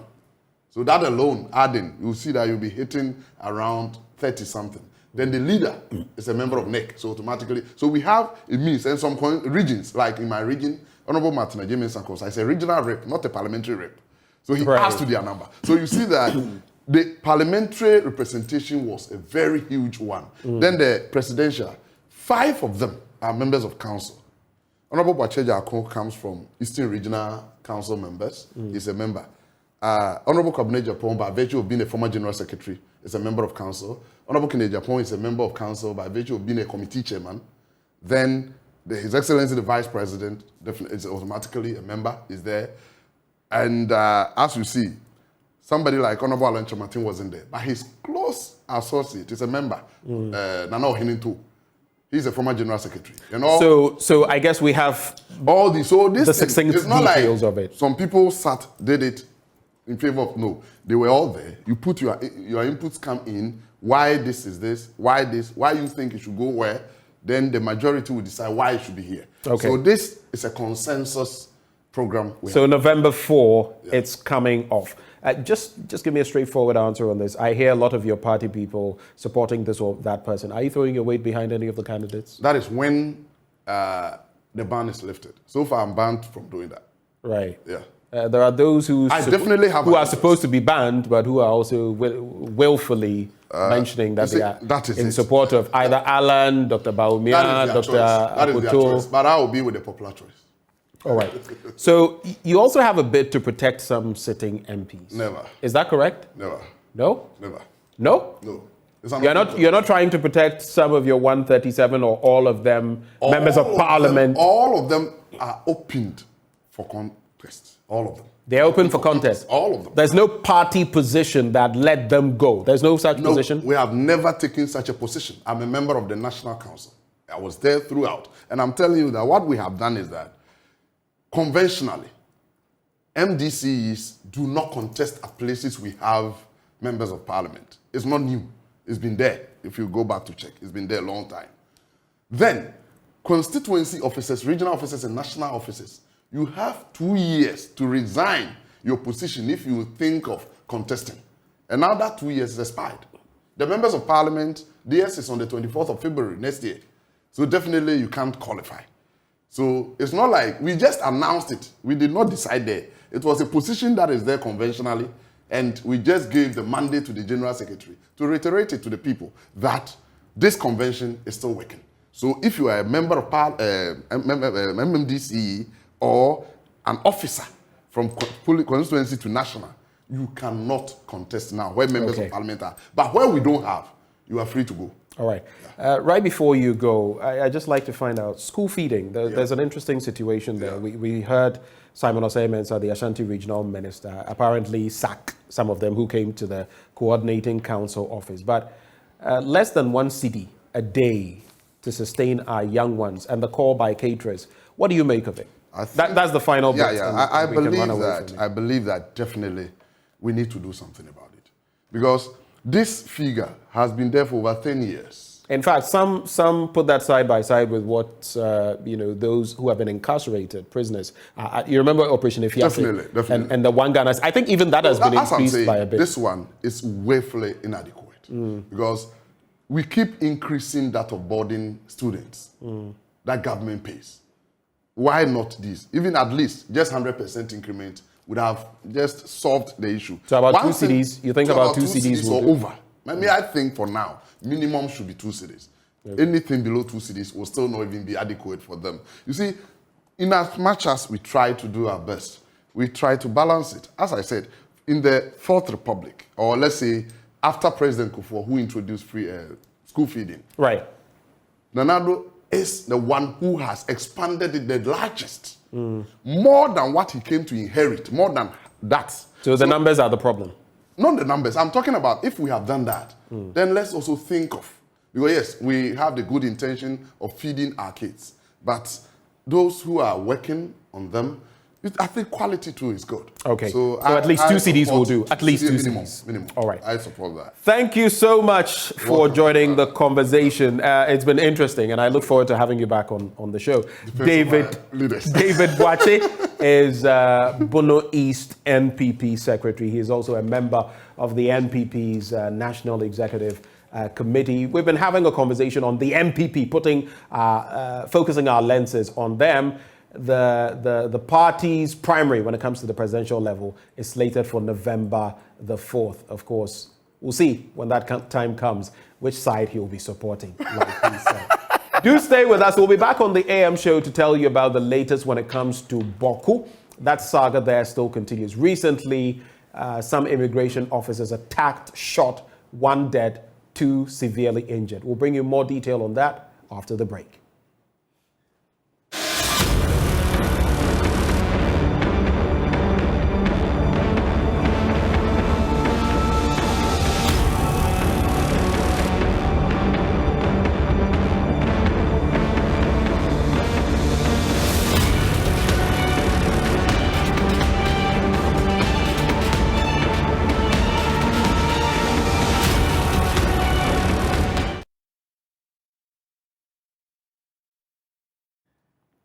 This is the AM show. Welcome back. We turn our gaze now to the Boku situation, and we're going to be contemplating the recent happenings there. You know that 3 gunmen who are now being sought after, fugitives, so to speak, attacked 3 immigration officers. 1 of them, unfortunately, lost his life. 2 are in critical condition. Now, we dissect that issue this morning, looking at what the surrounding circumstances are and why we still have these incidents taking place, these outbreaks of violence in Boku. Joining us for the conversation, we have Dr. Doki, who is with the Kofi Annan International Peacekeeping Training Center. And we also have Adib Sani, a security analyst. Both of them join us for this conversation. Gentlemen, a very good morning to you. Good morning.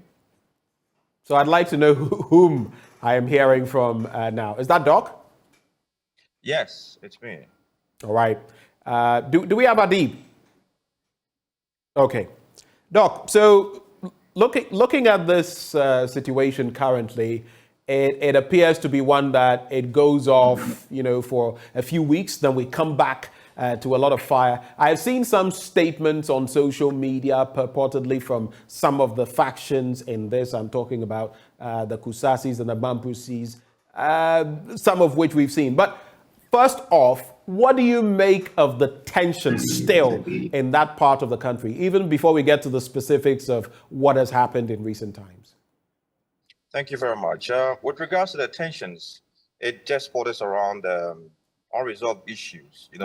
Apart from the grievances the suicides have presented or have expressed, there are individuals who have felt that they have not gotten justice. Probably their farms have been seized or relatives have been killed innocently. These minor issues and factors contribute to the changing dynamics with regards to Boku in general and the conflict itself. Now, when you look at the problems that the sites have presented, from go, it makes the whole thing protracted. Now it's a pull and push thing. Who takes what has become the problem now? So the matter is, as of now, we look at how we can prevent the proliferation of arms in Boku. This is a bigger issue now, because then you ask yourself, the issue dies down, then it resonates again. When you have weapons in the system, when you have youths purchasing these weapons, illegal weapons, you cannot have a situation resolved. And more so when people are aggrieved and their issues have not been addressed, you are bound to have these repetitive clashes and innocent lives to be roped in, such as what we just experienced with regards to the immigration officers. So we need to look at the bigger picture of how to prevent proliferation of arms.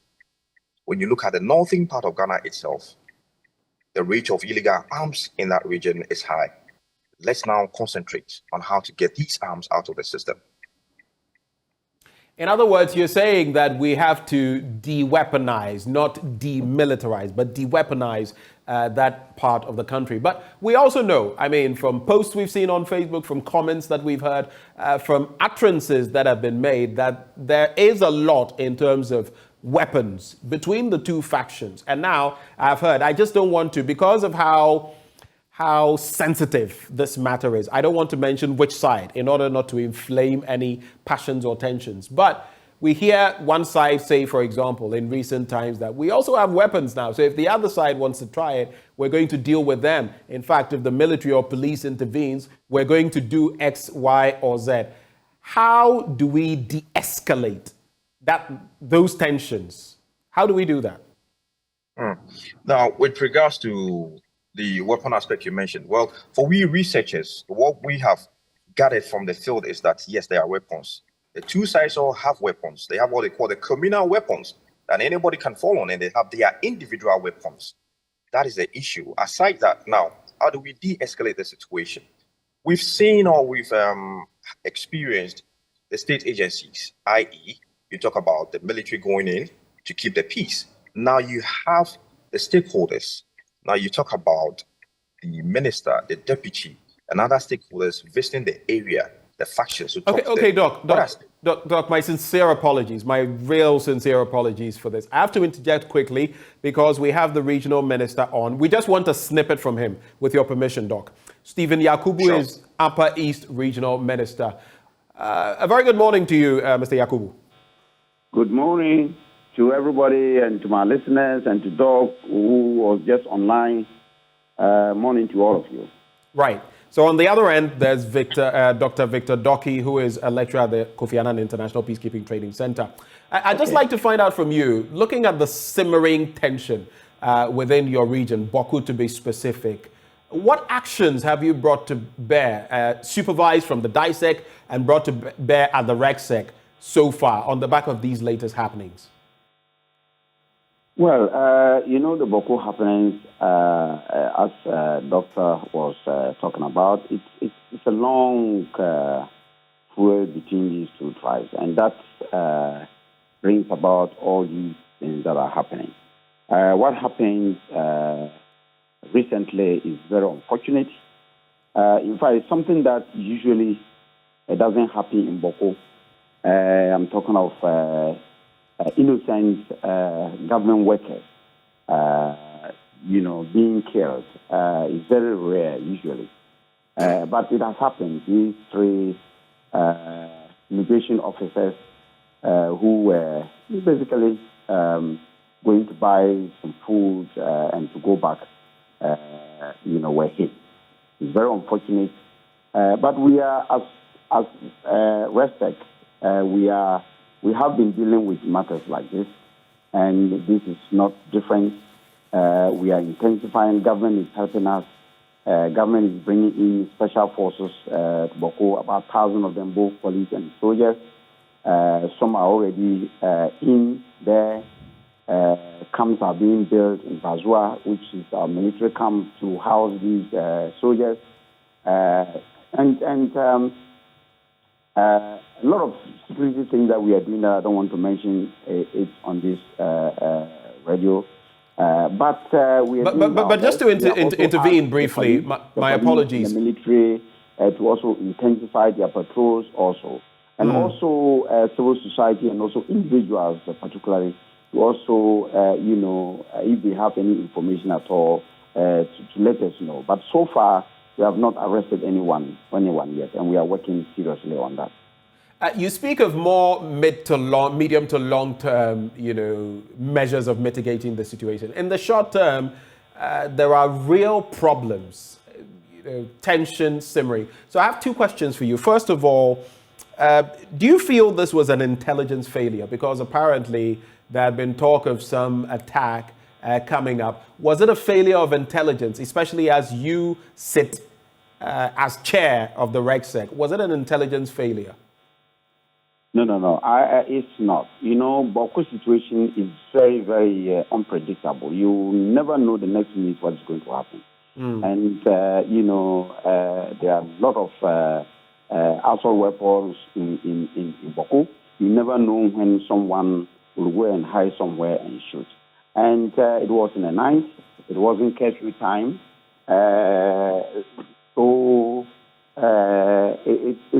It's not intelligence failure. Look, we are doing a lot. I mean, the intelligence community is doing great for us.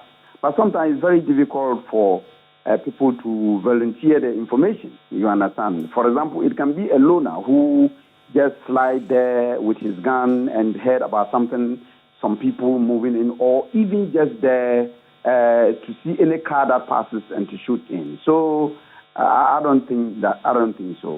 The intelligence committee is doing their best, I think. In terms of arms, the proliferation of arms in there, as minister for that region, is there any move, any plan to de-escalate the situation from that end? Is there any approach to reach out to the Mamprasi end, to the Kusasi end, and try and make them maybe give up their arms, because that is the start of maybe resolving this crisis? As we see, these 3 immigration officers were shot at. Is there a move to do that? These things that you are mentioning, we are already doing them, and maybe it would have been worse if we were not doing so.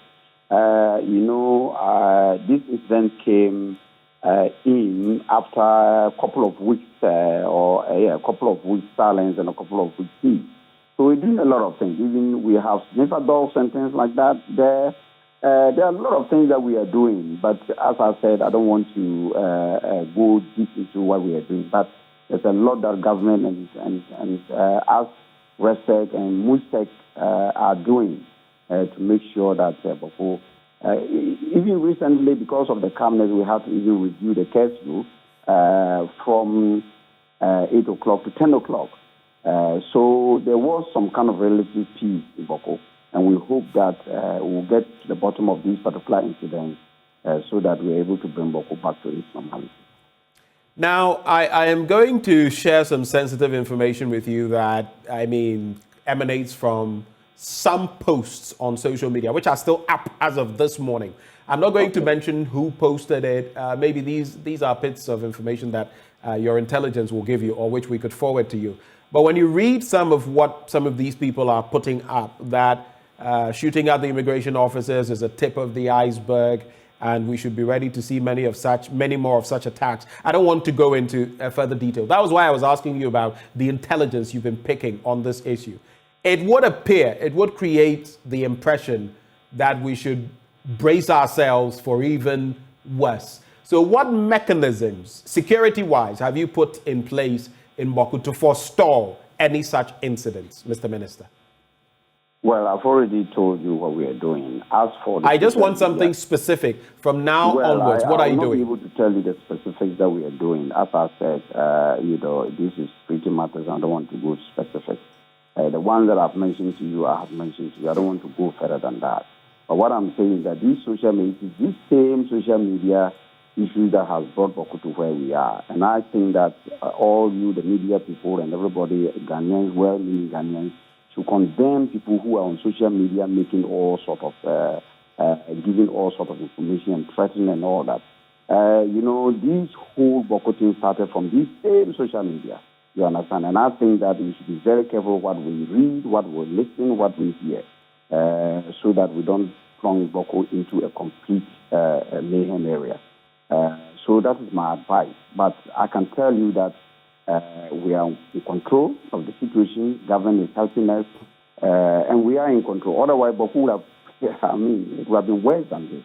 So any well-meaning Ghanaians who want to help us, please, any information that you have that you think can help us, get it to us, the security service. But every single day, some of this information is out there.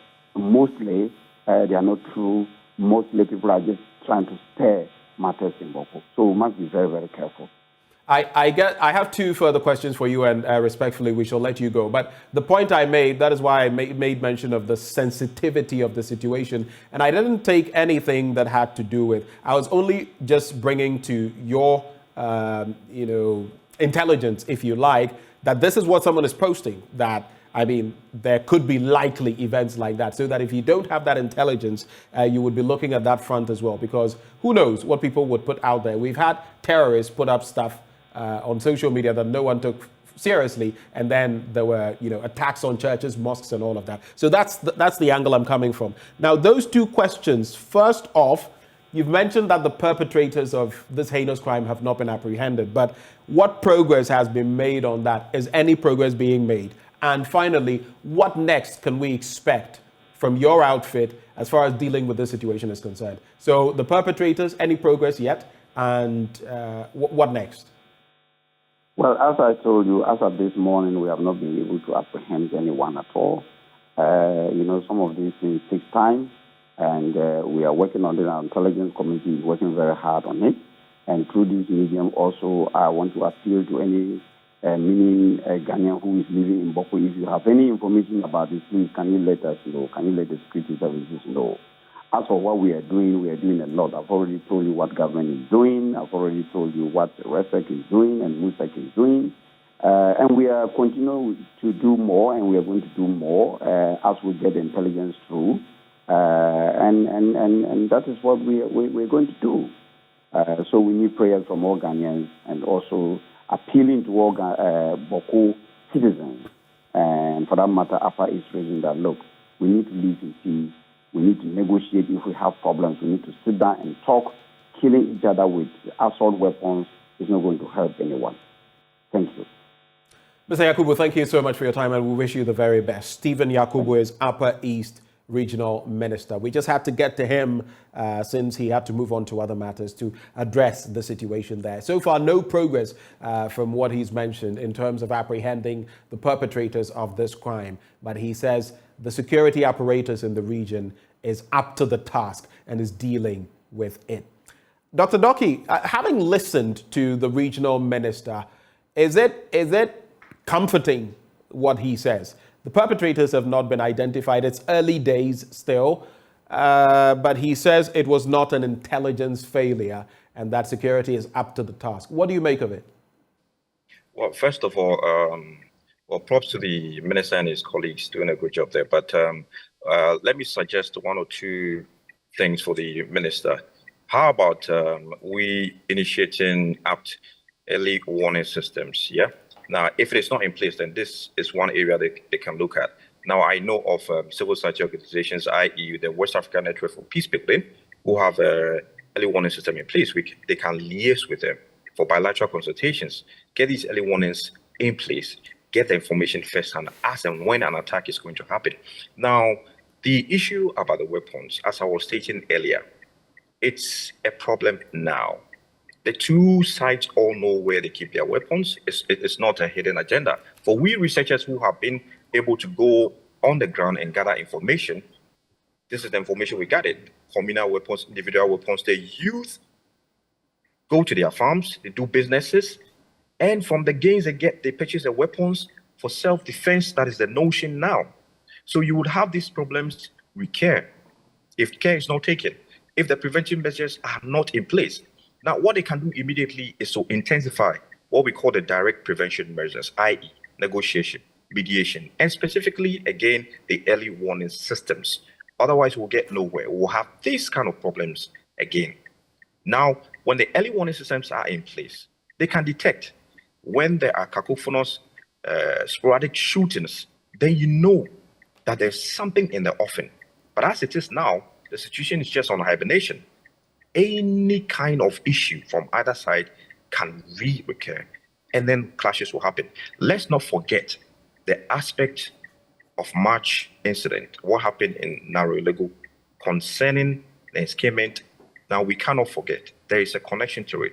Now, you feel one side, which is the Pusasis, will feel now we have to hold on to whatever we have to defend, should in case they try to bring this gentleman in. Now, all these factors you cannot ignore.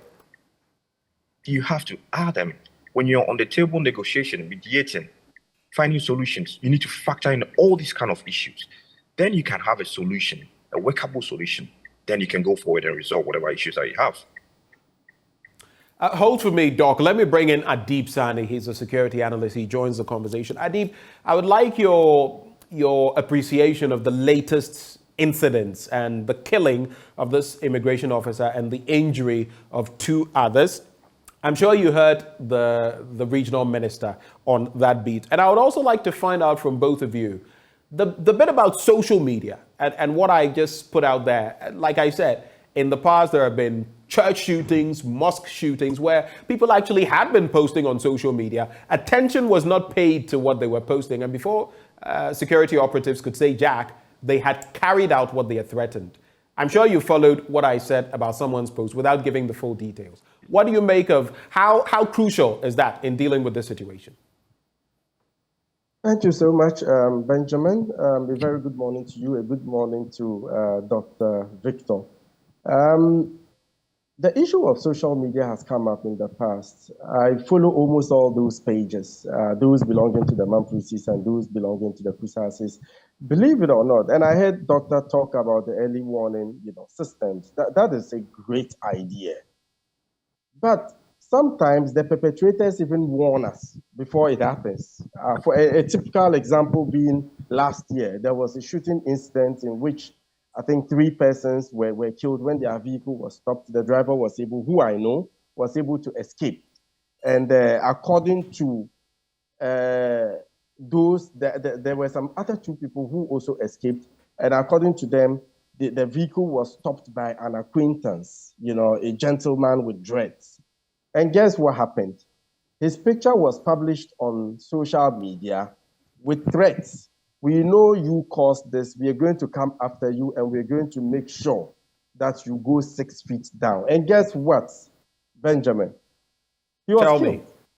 He was hunted down and killed. And that is what happens. Now, how long ago was this? That was last year. There was this vehicle coming from Bolga. And later it emerged that it had something to do with a land dispute. The vehicle was stopped. The guys in the back were shot. I think I haven't had those pictures. I don't know if I still have them on my phone. Some other 2 passengers were able to escape. The driver was able to escape, even though they shot at him. The bullet grazed his back. Then he had another bullet lodged in his thigh, but he was still able to escape to tell his story, the following day. And they published pictures of the gentleman who stopped them for the murders to happen. And he was also hunted down and killed. There was also this gentleman, they claim he's a national security agent, Juan Fatao. He has also been published several times with that inscription, national security agent, and we know you've taken sides, you are doing this, you are doing that, and we'll hunt you. And guess what? He was also recently killed. Wow. So yes. these posts on social media, we cannot take for granted. We can, in fact, intelligence should be focusing on that as well. Absolutely. And I can say confidently without mincing words that you see this government, no government in the history of Ghana has invested so much in our cybersecurity infrastructure. For the first time in our history, we had at a point a cybersecurity security advisor to the president. Now we have a cybersecurity authority, we have the legislations, we have the structures, and it makes me wonder why we are not tracking these individuals. Because we have the capability, we have the capacity to do so. So they are there on social media spreading hate, and nobody is doing anything about it. And the place has almost become lawless. The thing is, when you kill my relative, instead of me go report to the police, what I simply do is to pick a Kalashnikov and go looking for those who killed my brother. So it has become a consistent pattern, a cycle of violence, counter-violence, reprisals in that order, because they cannot trust the police to investigate, because there are so many parts of the area where even the military don't go unless it is a full operation. How much less the police? So it is safe to say that Buku is damaged, but it's not unrepairable. Just that we need commitment. Buku is damaged, but it's not irreparable. That's what you're saying. Absolutely. Absolutely. These immigration officers who were shot at from my initial observations, I'm tempted to think it's intelligence gone wrong. Because what they do is the factions, they have people at lorry parks, at the hinterlands, entry and exit points. And you know what they do? They go, for example, to the lorry parks. And if you are wanted and you are about to board the vehicle to Boku or leave Boku, then they call their comrades. Okay, you've just boarded this vehicle. This is the number, this is the color, this is the make of the vehicle. And when you get to a certain point, they might just stop you, bring you out and execute, or they might just fire at the vehicle. And that is what has been happening for some time now. So I think that it is likely that these immigration officers were not deliberately targeted, but they thought they were people they are looking for. But so they could have been caught in the line of fire without necessarily being those that were being sought after. Absolutely. And this is giving us a new perspective about the conflict. And I'm sure Dr. Victor would agree with me. Lately, you would realize that there's been a consistent pattern in which those getting killed are neither Mamprussi nor Kusasi. Now, more neutrals are getting neutralized. More neutrals to the Boku conflict are getting neutralized by the day. Bisas are getting killed, Moshis are getting killed, houses are getting killed. The day the immigration officers were shot at, a Fulani man in his Mahama Kambu going for an interview. Was also killed, unfortunately. Meanwhile, he is a Fulani. He has nothing to do with the conflict. And that is what we are seeing, with this Boku issue. People who are not Mamprussi or Kusasis getting caught, and it brings to bear two major issues that we need to pay attention to. One, the possibility that the violence would spread and also widen in scope with more tribes coming in. Even between Mamprussis and Kusasis, you see how difficult it is to make sense of the whole issue. We are almost finding it impossible to resolve the issue. So you can imagine if Mushis join, Bisas join, houses join, Dagumbes join, it will be a cataclysmic situation. Quickly, Adib. So you say it was intel gone wrong. Would you go ahead to classify it as an intelligence failure? And quickly, what do you think about the state of arms in the hands of both the Kusasis and the Mamprussis in Boku? How prevalent is that? Have we been able to disarm them? What do you make of that situation? Okay, so have we done enough in that regard? Okay, so with the intel gone wrong, I'm talking with specificity to the sites, not state intel. Because the sides, they share intel, amongst themselves, amongst the various combatant units.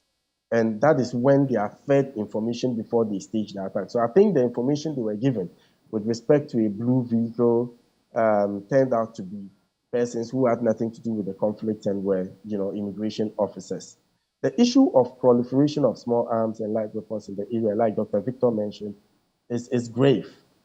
It is disturbing.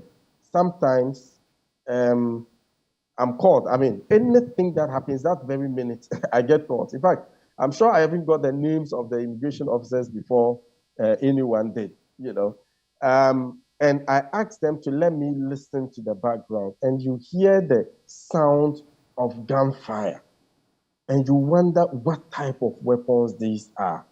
And it is also emerging that we have now gone beyond the use of Kalashnikovs and M16 rifles, but now they have explosives, because there was a recent report about an intention to blow a bridge in that area. I'm also hearing that they might have even had access to RPGs and other, deadly weapons. So the place is awash with these weapons, and our approach to countering it has been unscientific. What they do is, we have intelligence about some weapons in this house. Then we go there, search the whole place and retrieve the weapons. But you see, the people have now mastered the art. such that you can come and turn the house upside down, you wouldn't find anything. That is a problem. So what we have to focus our attention on is the supply chain, where these weapons are coming from, who are trafficking these weapons, what is the route used, and how we can block them from coming in. Because the more you seize, the more it comes. Because they have funding. They have funding even from outside of the country. So we need to get scientific with, addressing the issue of proliferation of small arms and light weapons in that area. Hold for me, Adib. Let me bring in Doc one more time. So when you listen to how far we've come as far as this conversation is concerned, you've heard the regional minister, you've heard Adib Sani and the importance of social media posts. What do you think should be done in the immediate term? First of all, in terms of apprehending the perpetrators of this heinous act and moving on to stem the tide of violence on the back of the latest chieftaincy dispute? Well, first of all, you mentioned about the Facebook post. Right. That could be a first step. Get the police involved. I'm sure they're already on it. Now, posts such as these provide a lot of information. Where, who, and how. Then we can start with that one. Now, going forward, there needs to be bilateral consultation with all stakeholders. Now, as it is now, they need it more than ever before. Get the CSOs involved. They have the capacity. Get them involved. Get these early warning systems in place. Get the weapons out of the region. Let's initiate a prevention measure. Let's look at the direct prevention measures, because with regards to the structural prevention measures, we don't think we can achieve them now. So get the direct prevention measures in place, and then you can get somewhere with sustained engagements, because without it, we cannot resolve this conflict, and it will happen again and again. Some of what you propose, people who follow the space would say easier said than done, Dr. Doki. Well, you will agree with me if we don't begin and start. Now, what's going to happen is that region is going to be a pull factor for extremists, violent extremists. And we know they are lurking around our border, Burkina and Mali. So we'd better start something now. In terms of strategy, if you could advise Mr. Yakubu right now, what strategy, would you propose for him on the back of the latest happenings? And I'm talking short term, medium term, long term. Yeah, the short term, as I mentioned, get these direct prevention. It deals with imminent, immediate threats such as these. Get the early warning system in place. Now involve the youth in mediations and negotiations. Get the youth involved, the leaders themselves, because they know the in and outs of the region. Then you can get somewhere. Then now you can look at the bigger picture, consulting the community itself, the Bakwita Ethnic Peace Committee. Let's not neglect them, because they have been established to deal with these issues. So we can get somewhere and resolve the Baku issue, the conflict, permanently. Doc, just stay with me. Maybe we'll take another 30 seconds of your final thoughts. But I'd like to bring in Adib Sani. For you, what is the way forward? Short term, medium term, long term? I'm already late. Sorry. Dr. Doki, if you have to go, if I hear you having to go, then you can just give us your wrap-up comments and take leave of us. Doc? Hello, Dr. Doki? Yes, sir. If you have to go, if you are the one I heard who has to go, then you can just give us your wrap-up comments and take leave of us respectfully, sir. Okay. Now, what can be done is, let's get the civil society organizations in place. I know of, when I had to do the field research, the Boko Inter-Ethnic Peace Committee, WANEP, and then BUDA, get these civil society organizations. Now, they know the grounds, they know the whereabouts, they know the in and outs of Boko area. Get these civil society organizations. Let's have a bilateral consultation, i.e. with the state agencies. The National Peace Council has to come in. Then we can now sit on the table, get the two sides, get their interests, needs, and wants, and then we propose solutions to them. And then we move forward and resolve the issue. Thank you, Doc, for joining the conversation. Thank you for your time with us this morning. Let me take Adib Sani on that. Short-term, medium-term, long-term. What would be your strategy? Okay, so recently a group of NGOs made up of representatives from various NGOs in the country, including the Ghana Anti-Corruption Coalition, West Africa Network for Peace Building, Lansah Widows and Orphans Center for Youth, and even JTK Center for Human Security and Peace Building. We held a meeting on the issue of Boko, and I have the document right here before me. We came out with a number of interventions that are short-term and long-term in nature. I wouldn't be able to go through the list because the document is quite bulky. But in essence, we urged governments in the short term to designate one of the ministries in charge of security to the Boko conflict to present a more coordinated front, as well as harmonize the government's efforts at addressing the issue. We also encouraged government to ensure a strong security presence in Boko. We called on government to support the work of civil societies. We called on government through the Ghana Police and the National Commission on Small Arms and Light Weapons to institute a program to rid the area of illicit weapons. We also called for direct and indirect sponsoring sponsors of this conflict to desist from doing so, and the security agencies to take action. So it's a number of things that we are calling on government and other stakeholders to do. However, Benjamin, in the midst of all of this, there's one ingredient we need, and without that, there's no way we can succeed, and that is commitment, and that is what is lacking. There's absolutely lack of commitment towards dealing practically and progressively with the Boko issue. I'll be very honest with you. There are some politicians who are benefiting from it, and so it is in their interest to ensure that they keep fighting, because it is from the fighting that they are able to politically capitalize or leverage on it to win political favors or make political gains, and that is a problem. We also have some individuals who are sponsoring. So if we are able to stop all those from coming in, I think that would help. But the most important thing is for government to show commitment. You cannot serve two masters. That's the problem. You can't. And hopefully going forward, government also needs to prioritize human security. A lot of young people there, by age 18, they know how to handle rifles. Right. By age 8, at least you should know how to handle the hoe and the cutlass, right?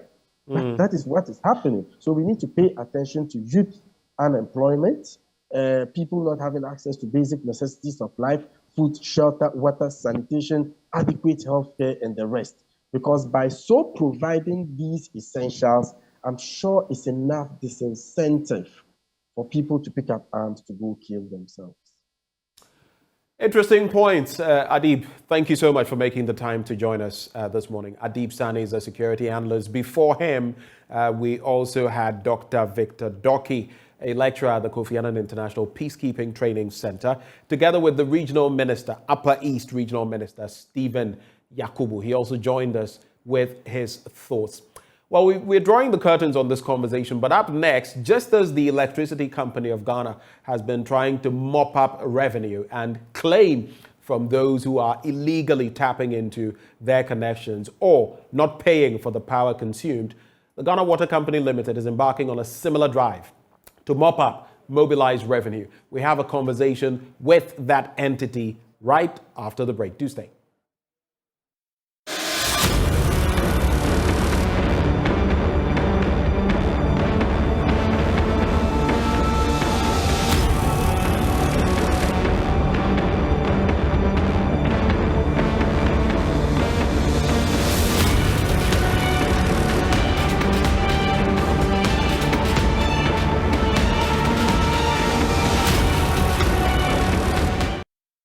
A very blessed morning to you here on the AM show. It's a pleasure to have you here.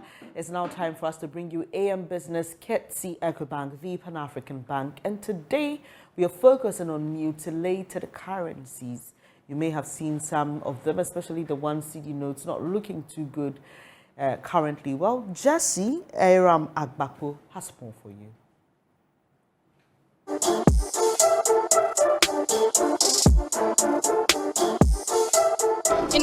where cries of economic hardship has heightened, one would think Ghanaians would take proper care of the cedi. But this is sadly not the case. Today, let's speak to some commercial vehicle conductors on what is causing the cedi to deteriorate and what is causing the weakening of the notes. The Ghana cedi note, which serves as the nation's primary medium exchange, continues to disintegrate uncontrollably. The 1 and 2 Ghana cedi notes are the most widely used notes in this scenario. This raises the question of whether Ghanaians are indeed having a hard time making ends meet, given the careless way the notes are handled.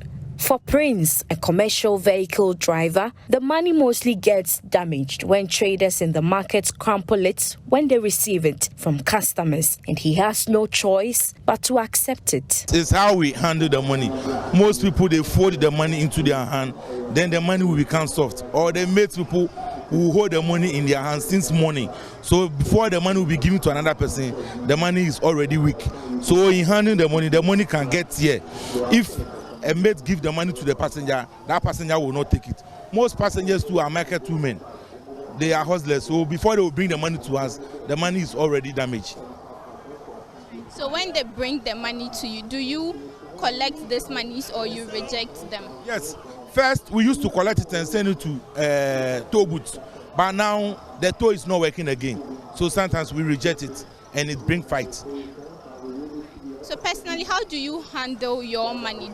Is there a place you put it to make it safe or make it? Yes, sometimes we arrange it from 1 cedi, 2 cedi to the last cedi.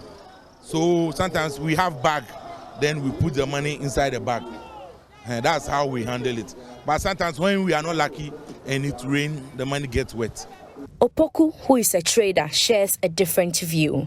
According to him, the quality of the note needs to be enhanced to encourage him handle it properly. No, sikana omede ba market na ya Genesis yaro. Sikano ayadada dudu. Most of the cedi notes are old, the monies are torn, and you cannot give it to the customers or take it to the bank or even drivers.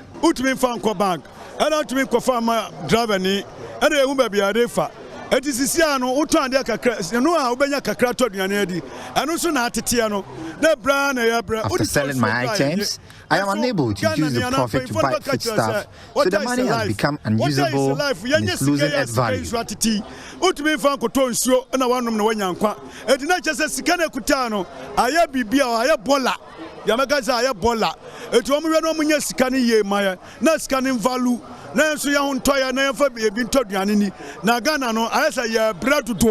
Personally, how do you handle yours? You have a purse you put it in, because you understand when the money is being touched often and there's the possibility that it can become weak and get torn. Do you fold your money or you have a purse that you put the money in? Yo, what was Sam? As a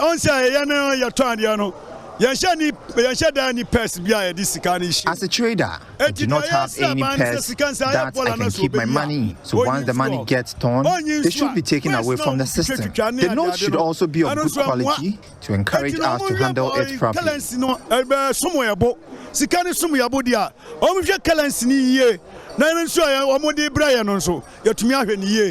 For Mami Esther, a trader at La Paz Community Market, she has chosen to reject worn-out notes when customers attempt to make payments with them because it is negatively affecting her business. This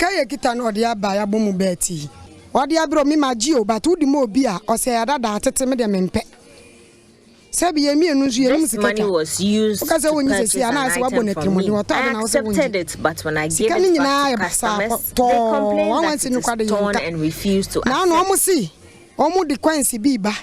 Kwanse ne ma ye tidwom de yebre nyansa kwanse ne so ba ko bia ba kan foforo wan ti dibin ahye se agyebidie eni bosom so ahye me ma me wo bi da ma ya wan e wa isi a da ya de mo bi kro so onye no kra new fresh aba wo ahye se agyebidie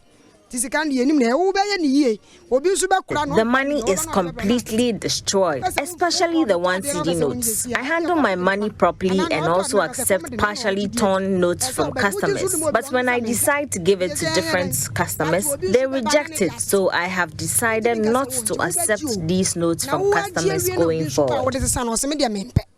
Now, what would you so? In the same media, decide is over no security out of the menu. As a media, what is a sound? Another trader also lamented the fact that the quality of the notes prevented him from using his earnings. He claims to have 200 cedi notes at home, all of which are completely ripped and unusable. So when I saw the better idea, said the meton Betty.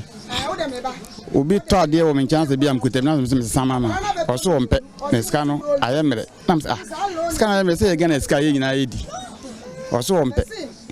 Now, young country of mine, Nescano, or best someone scanner a good butum there. When I want to give money that is weakening to customers, they reject it, saying it is weak, so we should tell the government that the city notes are too weak. But it's council, the matter with council, I buy my ID. What the movies was I am it. The most Scakora more Scabell fancy 200 quite good figures. Mean you being family, a goofy to say, 1 city, no need to square money in Papa. It's a 1 city, the air millennia.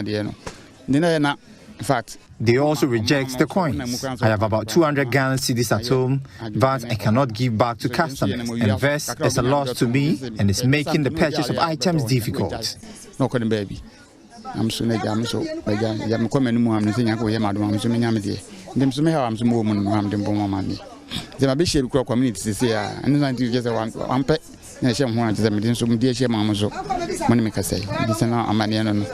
Director in charge of currency management at the Bank of Ghana, Dominic Owusu, however, stated that the central bank, through its clean notes policy, timely removes worn-out notes from circulation and replaces them.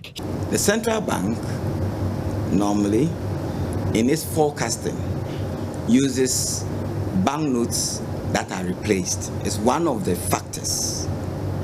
So what happens is that currently we have what we call clean note policy, which the whole industry is complying with. So whenever currencies are worn out, these currencies are timely removed from circulation. And when it comes to the central bank has procedures in place to do away with these currencies. And then we replace them. In the same way, when you have a worn-out dress, I think that you don't want to be wearing it all the time. You have to replace it. He added that it is difficult to differentiate between the real notes and the counterfeit notes, hence the need for people to handle the notes with care. When these currencies are worn out and you are standing by an ATM, how would that dirty or worn-out notes or notes that are not even transportable be issued to you? So that is why the central bank continuously remove these banknotes from circulation and that's away with them. The third issue is that when banknotes are worn out, it is not even possible to distinguish between a genuine note and a counterfeit note when they are worn out. So if we leave all banknotes in circulation that are worn out, we will not even be able to screen or examine or sort them. So because of that, not only Bank of Ghana, throughout the world, timely removal of unfit banknotes or worn out notes from circulation is one of the objectives of the central bank. In these times of economic downturn and hardship, and with government's efforts to restore macroeconomic stability, the citizens, however, appear unperturbed as they handle the currency notes with so much disdain. Jesse Ayram Akakpo's report for Joy Business.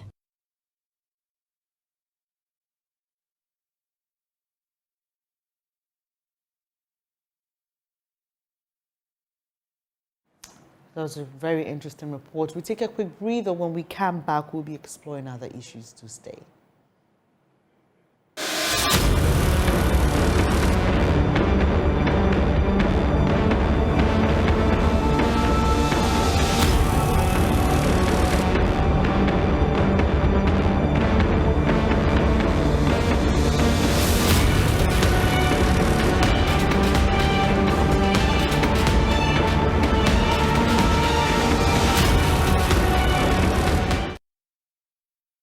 Thank you so much for staying here on the AM show. And guess who I have back? Benjamin Akakpo.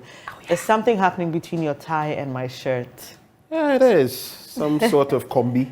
You see that thing? Don't notice. Today you beat me to it. Yeah. You spotted it before. Yeah, I did. I did way before you did. Well, apologies, we are not able to bring you that conversation between the Ghana Water Company Limited. We understand that the team is actually on the ground, and we are having technical difficulties reaching them. But what you should know is that if you owe the Ghana Water Company Limited, they are out and about, just like they're out to get you. Yeah, just to like mop up funds. ECG. Yeah, and I think that because it's yielding results, the Ghana Water Company has taken a cue. And they've complained, over time about their inability to give us what we deserve because they don't have enough resources. And they've struggled in recent times on the back of Galamsey, on the back of the different... You remember the rains and that plant of theirs and the millions of dollars it would take to bring it back. So Bibribo, but it's not Bronya, it's the Ghana Water Company Limited, and they're coming to get you if you owe them any money. Well, it's now time to get interactive with you this morning. Benjamin has been having a very interesting conversation about the NPP and what it has been calling its State of the Nation address in response to the NDC's True State of the Nation address after the President's State of the Nation address. So which State of the Nation do we actually... I think, it's got to the point where, as ordinary citizens, the ordinary Ama Kofi on the sheets. You look at yourself. You remember back then, she was sitting in Munaswa. So this one, we'll look at ourselves and decide for ourselves. It was interesting this morning when he was making the comparison between Ghana, the Ivory Coast, Togo in terms of fuel prices and all of that. We'll come to that after bringing in Akonoba. Yes. Hello, good morning, Akonoba. Thank you so much for joining us. Let's hear what your thoughts are. Yeah, good morning, my wonderful, beautiful fancy lady. And my elder brother. As for your adjectives there, when you start, I always look forward to which ones you use on which morning. But in fact, these guys are, anytime I see it gives me hope and more strength. May God bless you. Bless you too. And you are candid in your line of the vote. But please, as for the NPP State of the Nation, the least said about it, the better. I will not go there. They are struggling to explain things, but emphasis. But you see, concerning the exercise that CCC and Ghana Water is embarking on, okay? For me, I think the hypocrisy in this country is too much. And I see it as so laughable, with all due respect. Imagine me, assuming me, a bondholder, can Ofrata and a special squad say they cannot pay me. So government is owing me. The government doesn't want to pay me. Meanwhile, too, I'm owing Ghana Water Company. And Ghana Water Company won't come and collect their money. So where am I going to find the money to pay? You see, yesterday when I saw the indictment of President Trump, I was so happy. The rule of law is working, irrespective of who you are. But in Africa, particularly in Ghana, the hypocrisy is too much. The government is owing people. The government doesn't want to pay. Meanwhile, a government institution is going around collecting debt. So where are we going to get the money to pay? Oh, good morning to my brother. It's so sad. Thank you for sharing your thoughts, Akonoba there. He says government owes him and he's unable to access that money, and so he can't pay Ghana Water Company if he owes Ghana Water. Well, Akonoba, I don't know whether that would qualify as an excuse. A good excuse on any front. If at least, so get what you need from whichever entity and then pay up to, because the other entity will tell you, but we are not the ones who owe you. And that could be problematic. Right, but he said, well, government, state, or government, the government, or state, the state. Well, Benjamin, I mean. Wisdom is our next caller. Hello, Wisdom. Where are you calling us from? And share your thoughts with us, please. Good morning, my sister and my brother. Good morning. Good morning. You are looking so great this morning on the set. Thank you. Thank you. And comparing the tie to the shirt. That was big. All right, let me go straight to the point. The State of the Nation address. It was addressed to them, not to us. Because they know their state. And we also know our state. My state is I can't feed myself and my kids. Just recently, I was buying a cement, just 2 bags, to do some small toilets in the house for myself and the kids. And I was supposed to go and buy the cement, 77 Ghana cedis. I was crying already. I didn't have the money to go and buy it. But could you imagine, just yesterday I went, I toiled, I did everything I could, and I was able to raise the 77 cedis. I went yesterday, and it is 85 Ghana cedis. When I inquire, it's just because of these tax that are being imposed.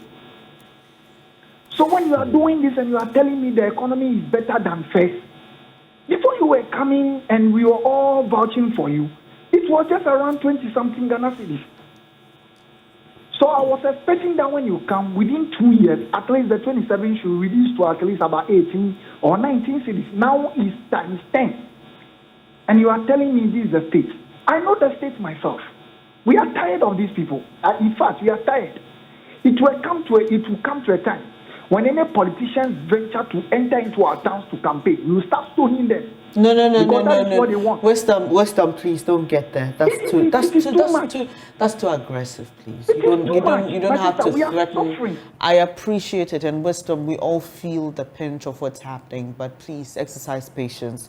There are right remedies. You can just decide not to vote for them. That's enough power that you have not to stone anybody, please. We don't want any death or any legal issues on our hands. But Benjamin, you can clearly sense the frustration in his voice, and more people are becoming apathetic, saying, you know what, we'll not even, and we saw it in Nigeria. You know, by and large, Africans, especially young people, are getting there, and it appears our leaders are not seeing it. Look at the number of votes, or the number of people who queued to vote in Lagos, of all places, which also partly explains why Tinubu was able to take Lagos from, I'm talking about Peter Obi was able to take Lagos from Tinubu. So we really have to look at it. You interact with some young people now and they tell you, we won't even bother to go and queue and vote, and that is problematic. Achu is joining us from the Volta region. Hello, Achu, let's hear you. Yeah, my name is Achu. I'm calling from Hohoi. Hohoi, great. Charlie, one thing that we are getting fed up of, like the price of cement and prices of goods over here. Recently, we just gone to buy cement, 90 Ghana. Just yesterday, we cement 90 Ghana. What did you buy? What did you buy again? Cement. Okay. 90 Ghana back here. And cost of living also, right now it's becoming very hard in Kofor. So we are just praying for the government that they should do things so that everything will work for everyone in the country, and especially to President Nana Akufo-Addo. As at now, they are still taxing us COVID-19 levy. Yesterday when I went to Melcom to go and buy, still COVID-19 tax is over there. So I want to ask, what is the meaning of the COVID-19 again? Are we still having the COVID-19 again? Right, okay. So Achu wants an explanation to why we still have the COVID-19 levy in there. And he's also concerned about the high cost of living. And Benjamin, I have traveled to some major cities across the country. And trust me, it is harder to live in certain places than it is in others. When he mentioned Hohoi, I just pictured the place when I visited the place, and I can understand what he means by that. Because someone just called to say he bought cement 85 cedis and Hohoi is 90 cedis. So imagine I think the person even said 70 something. And I was wondering because in some parts of the country, it's above 90 cedis. Yes. There are some parts where it's around 97 cedis, approaching 100 cedis. So when he said 70 something, in my head I was like, okay, because I know places and we get a lot of information. People are purchasing it over 90 cedis. Yeah, so I mean, what can we say? Thank you for sharing your state or the state of your economy with us. We have a caller from Tamale. Hello, let's hear your name, please, and what your thoughts are. And if you buy cement, let's know how much. Or if you know the price of cement in Tamale, you can share with us. Yes, my name is Adnan. Hello? Hello? It appears we have a challenge. I think we heard you initially. If you're still on the line, what's your name, please? Oh, I don't think he's... Did he say Abdul Manaf? Something like that? Yeah, sounded like that. But the line has gone bad. Hello? Hello? Oh, that's sad. That's sad. Yeah, Benjamin, so I was saying... So, you know, I mean, what I get from those who've called so far to share their contributions, you know, we are not interested in NDC state, MPP state, president state. What is my state? And the point he made that I found interesting, it is their state of the nation because they get these perks, these boons, but for us, we know our state of the nation. I mean, if you're in something, no one needs to come and tell you that you are in this. Do you get it? I get it. I get it. If you that's what I liked about what he had to within 1 year, the price of a crate of an egg has doubled. Benjamin, look, people are, and I think that Ghanaians are very resilient people because many people have chosen not to complain. We may think that people are, but there are a lot of people I know who are trying so hard to, you know, they're girding their loins, they're bracing themselves. It's exactly what you're saying. The belts have been tightened to the point where there's nothing left to tighten. And people are at this point. This point. I go around, you know, for you who are mothers and all of that, it's because the other day, you know, I went into this shop and just random. So I went to get other things, but then I saw diapers there. So I just inquired. The price bust my brain. There was a particular... I think for now, we'll hold on there was a particular brand I having the little cherubs. Because of allergies and other skin issues, and it shot up from 200 cedis a box to 600 cedis. So I had to shelve that. 300%. I had to shelve it, my dear, and go for another brand which will not give me the kind of comfort that my kids need. But at least it can, you know, I can manage it. And these are real life adjustments we are all making. So when people think that, oh, people are complaining too much, trust me, I think majority of Ghanaians are silent and are taking it in their stride, trying so many things. People have taken their kids out of certain schools. I know that. There's a danger in that. You know why? When people keep quiet. Sometimes you interact with people who will not say much, but it is not good because that too, that is where, you know, there are people who naturally would absorb a lot and then they implode or explode. We should watch that because those are the kinds you don't want. They can get radical. Yeah, and also even mental health. My sister asked for that one. Yeah, I really think about it, about how people are struggling to keep body and soul together. Because, you know, and especially in our society, and I say this a lot, and I mean, it's how our society has been built. There's a lot of pressure on young Ghanaian men. Some of them may not even have families of their own, I beg your pardon, may not have families of their own, but there is so much pressure on you guys. You're speaking to, you're speaking facts. And I say this because, you know, you see a young guy who's just stepped out of school and they're calling you for money, they're calling you for this, and there's so much, this cousin here, that auntie here, that niece here. And real life issues. Yes. Real life. My dear. Look, I'll tell you, I am not married yet. I don't have children. The bills I pay when my salary comes through, I use like this on myself. Everything else is just gone. Right. And so, I mean, for those of you who, like Benjamin is saying, you're struggling, you need somebody to talk to. Don't keep things to yourself. And I think this is a time that we must also encourage people to share. I was talking about carpooling, for example. You know, try and find ways that you can spend less. Thankfully, fuel is reducing, though. But if you check the other things that you have to spend on, it still doesn't make up, you know, when you're putting your entire budget together. The budget is not budgeting. So let's try, okay? Let's be there for one another. Let's support. Let's be kind. You know, if you haven't heard from somebody in a while, just check up on them because these things, they can be really mentally draining and we don't want people suffering from depression and going the extremes. We must all brace ourselves and exit this phase together, Benjamin. So I've got you, Benjamin. Yeah, you've got me covered. Yeah, it's great. And you know, in our part of the world, like in other parts of the world, we tend to depend more on our males, our men. Yeah. So in someone's position, you would have parents to take care of. You would have maybe other siblings to help out. You would have other old relatives. family friends. If you are like me, you would even have godchildren in addition, and the wahala and the momo bills and everything. It's just crazy. But if we can sneak in maybe one more call, we would take it and draw the curtains on the show. You know the number to call, it's rolling at the bottom of your screen, but I hear we may not be able to do that. So it's been very interesting coming your way today. Very important conversations we've had. That interaction with the Ghana Water Company Limited, we shall plot for another day and have it. But just know at the back of your head that the ECG is doing it. If you owe for water as well, start making tracks, making plans to pay your bills. Else, one of these days, you may be without water. H2O. H2O, very important resource, by the way. Benjamin, let's go and get some H2O. Yeah. Maybe with We're a going little, to get some awake water. a little of other things. The what? Yeah. I'm saying water and some other things. I don't know about the other ingredients, but it's just been whispered into my ear. Some discussion we were having. Yeah. Should I say a mischievous colleague of ours? On the load shedding timetable. Yeah. Somebody A said mischievous one shout, please. Yeah, let us enjoy. No, but the ECG, they are not sticking to the schedule.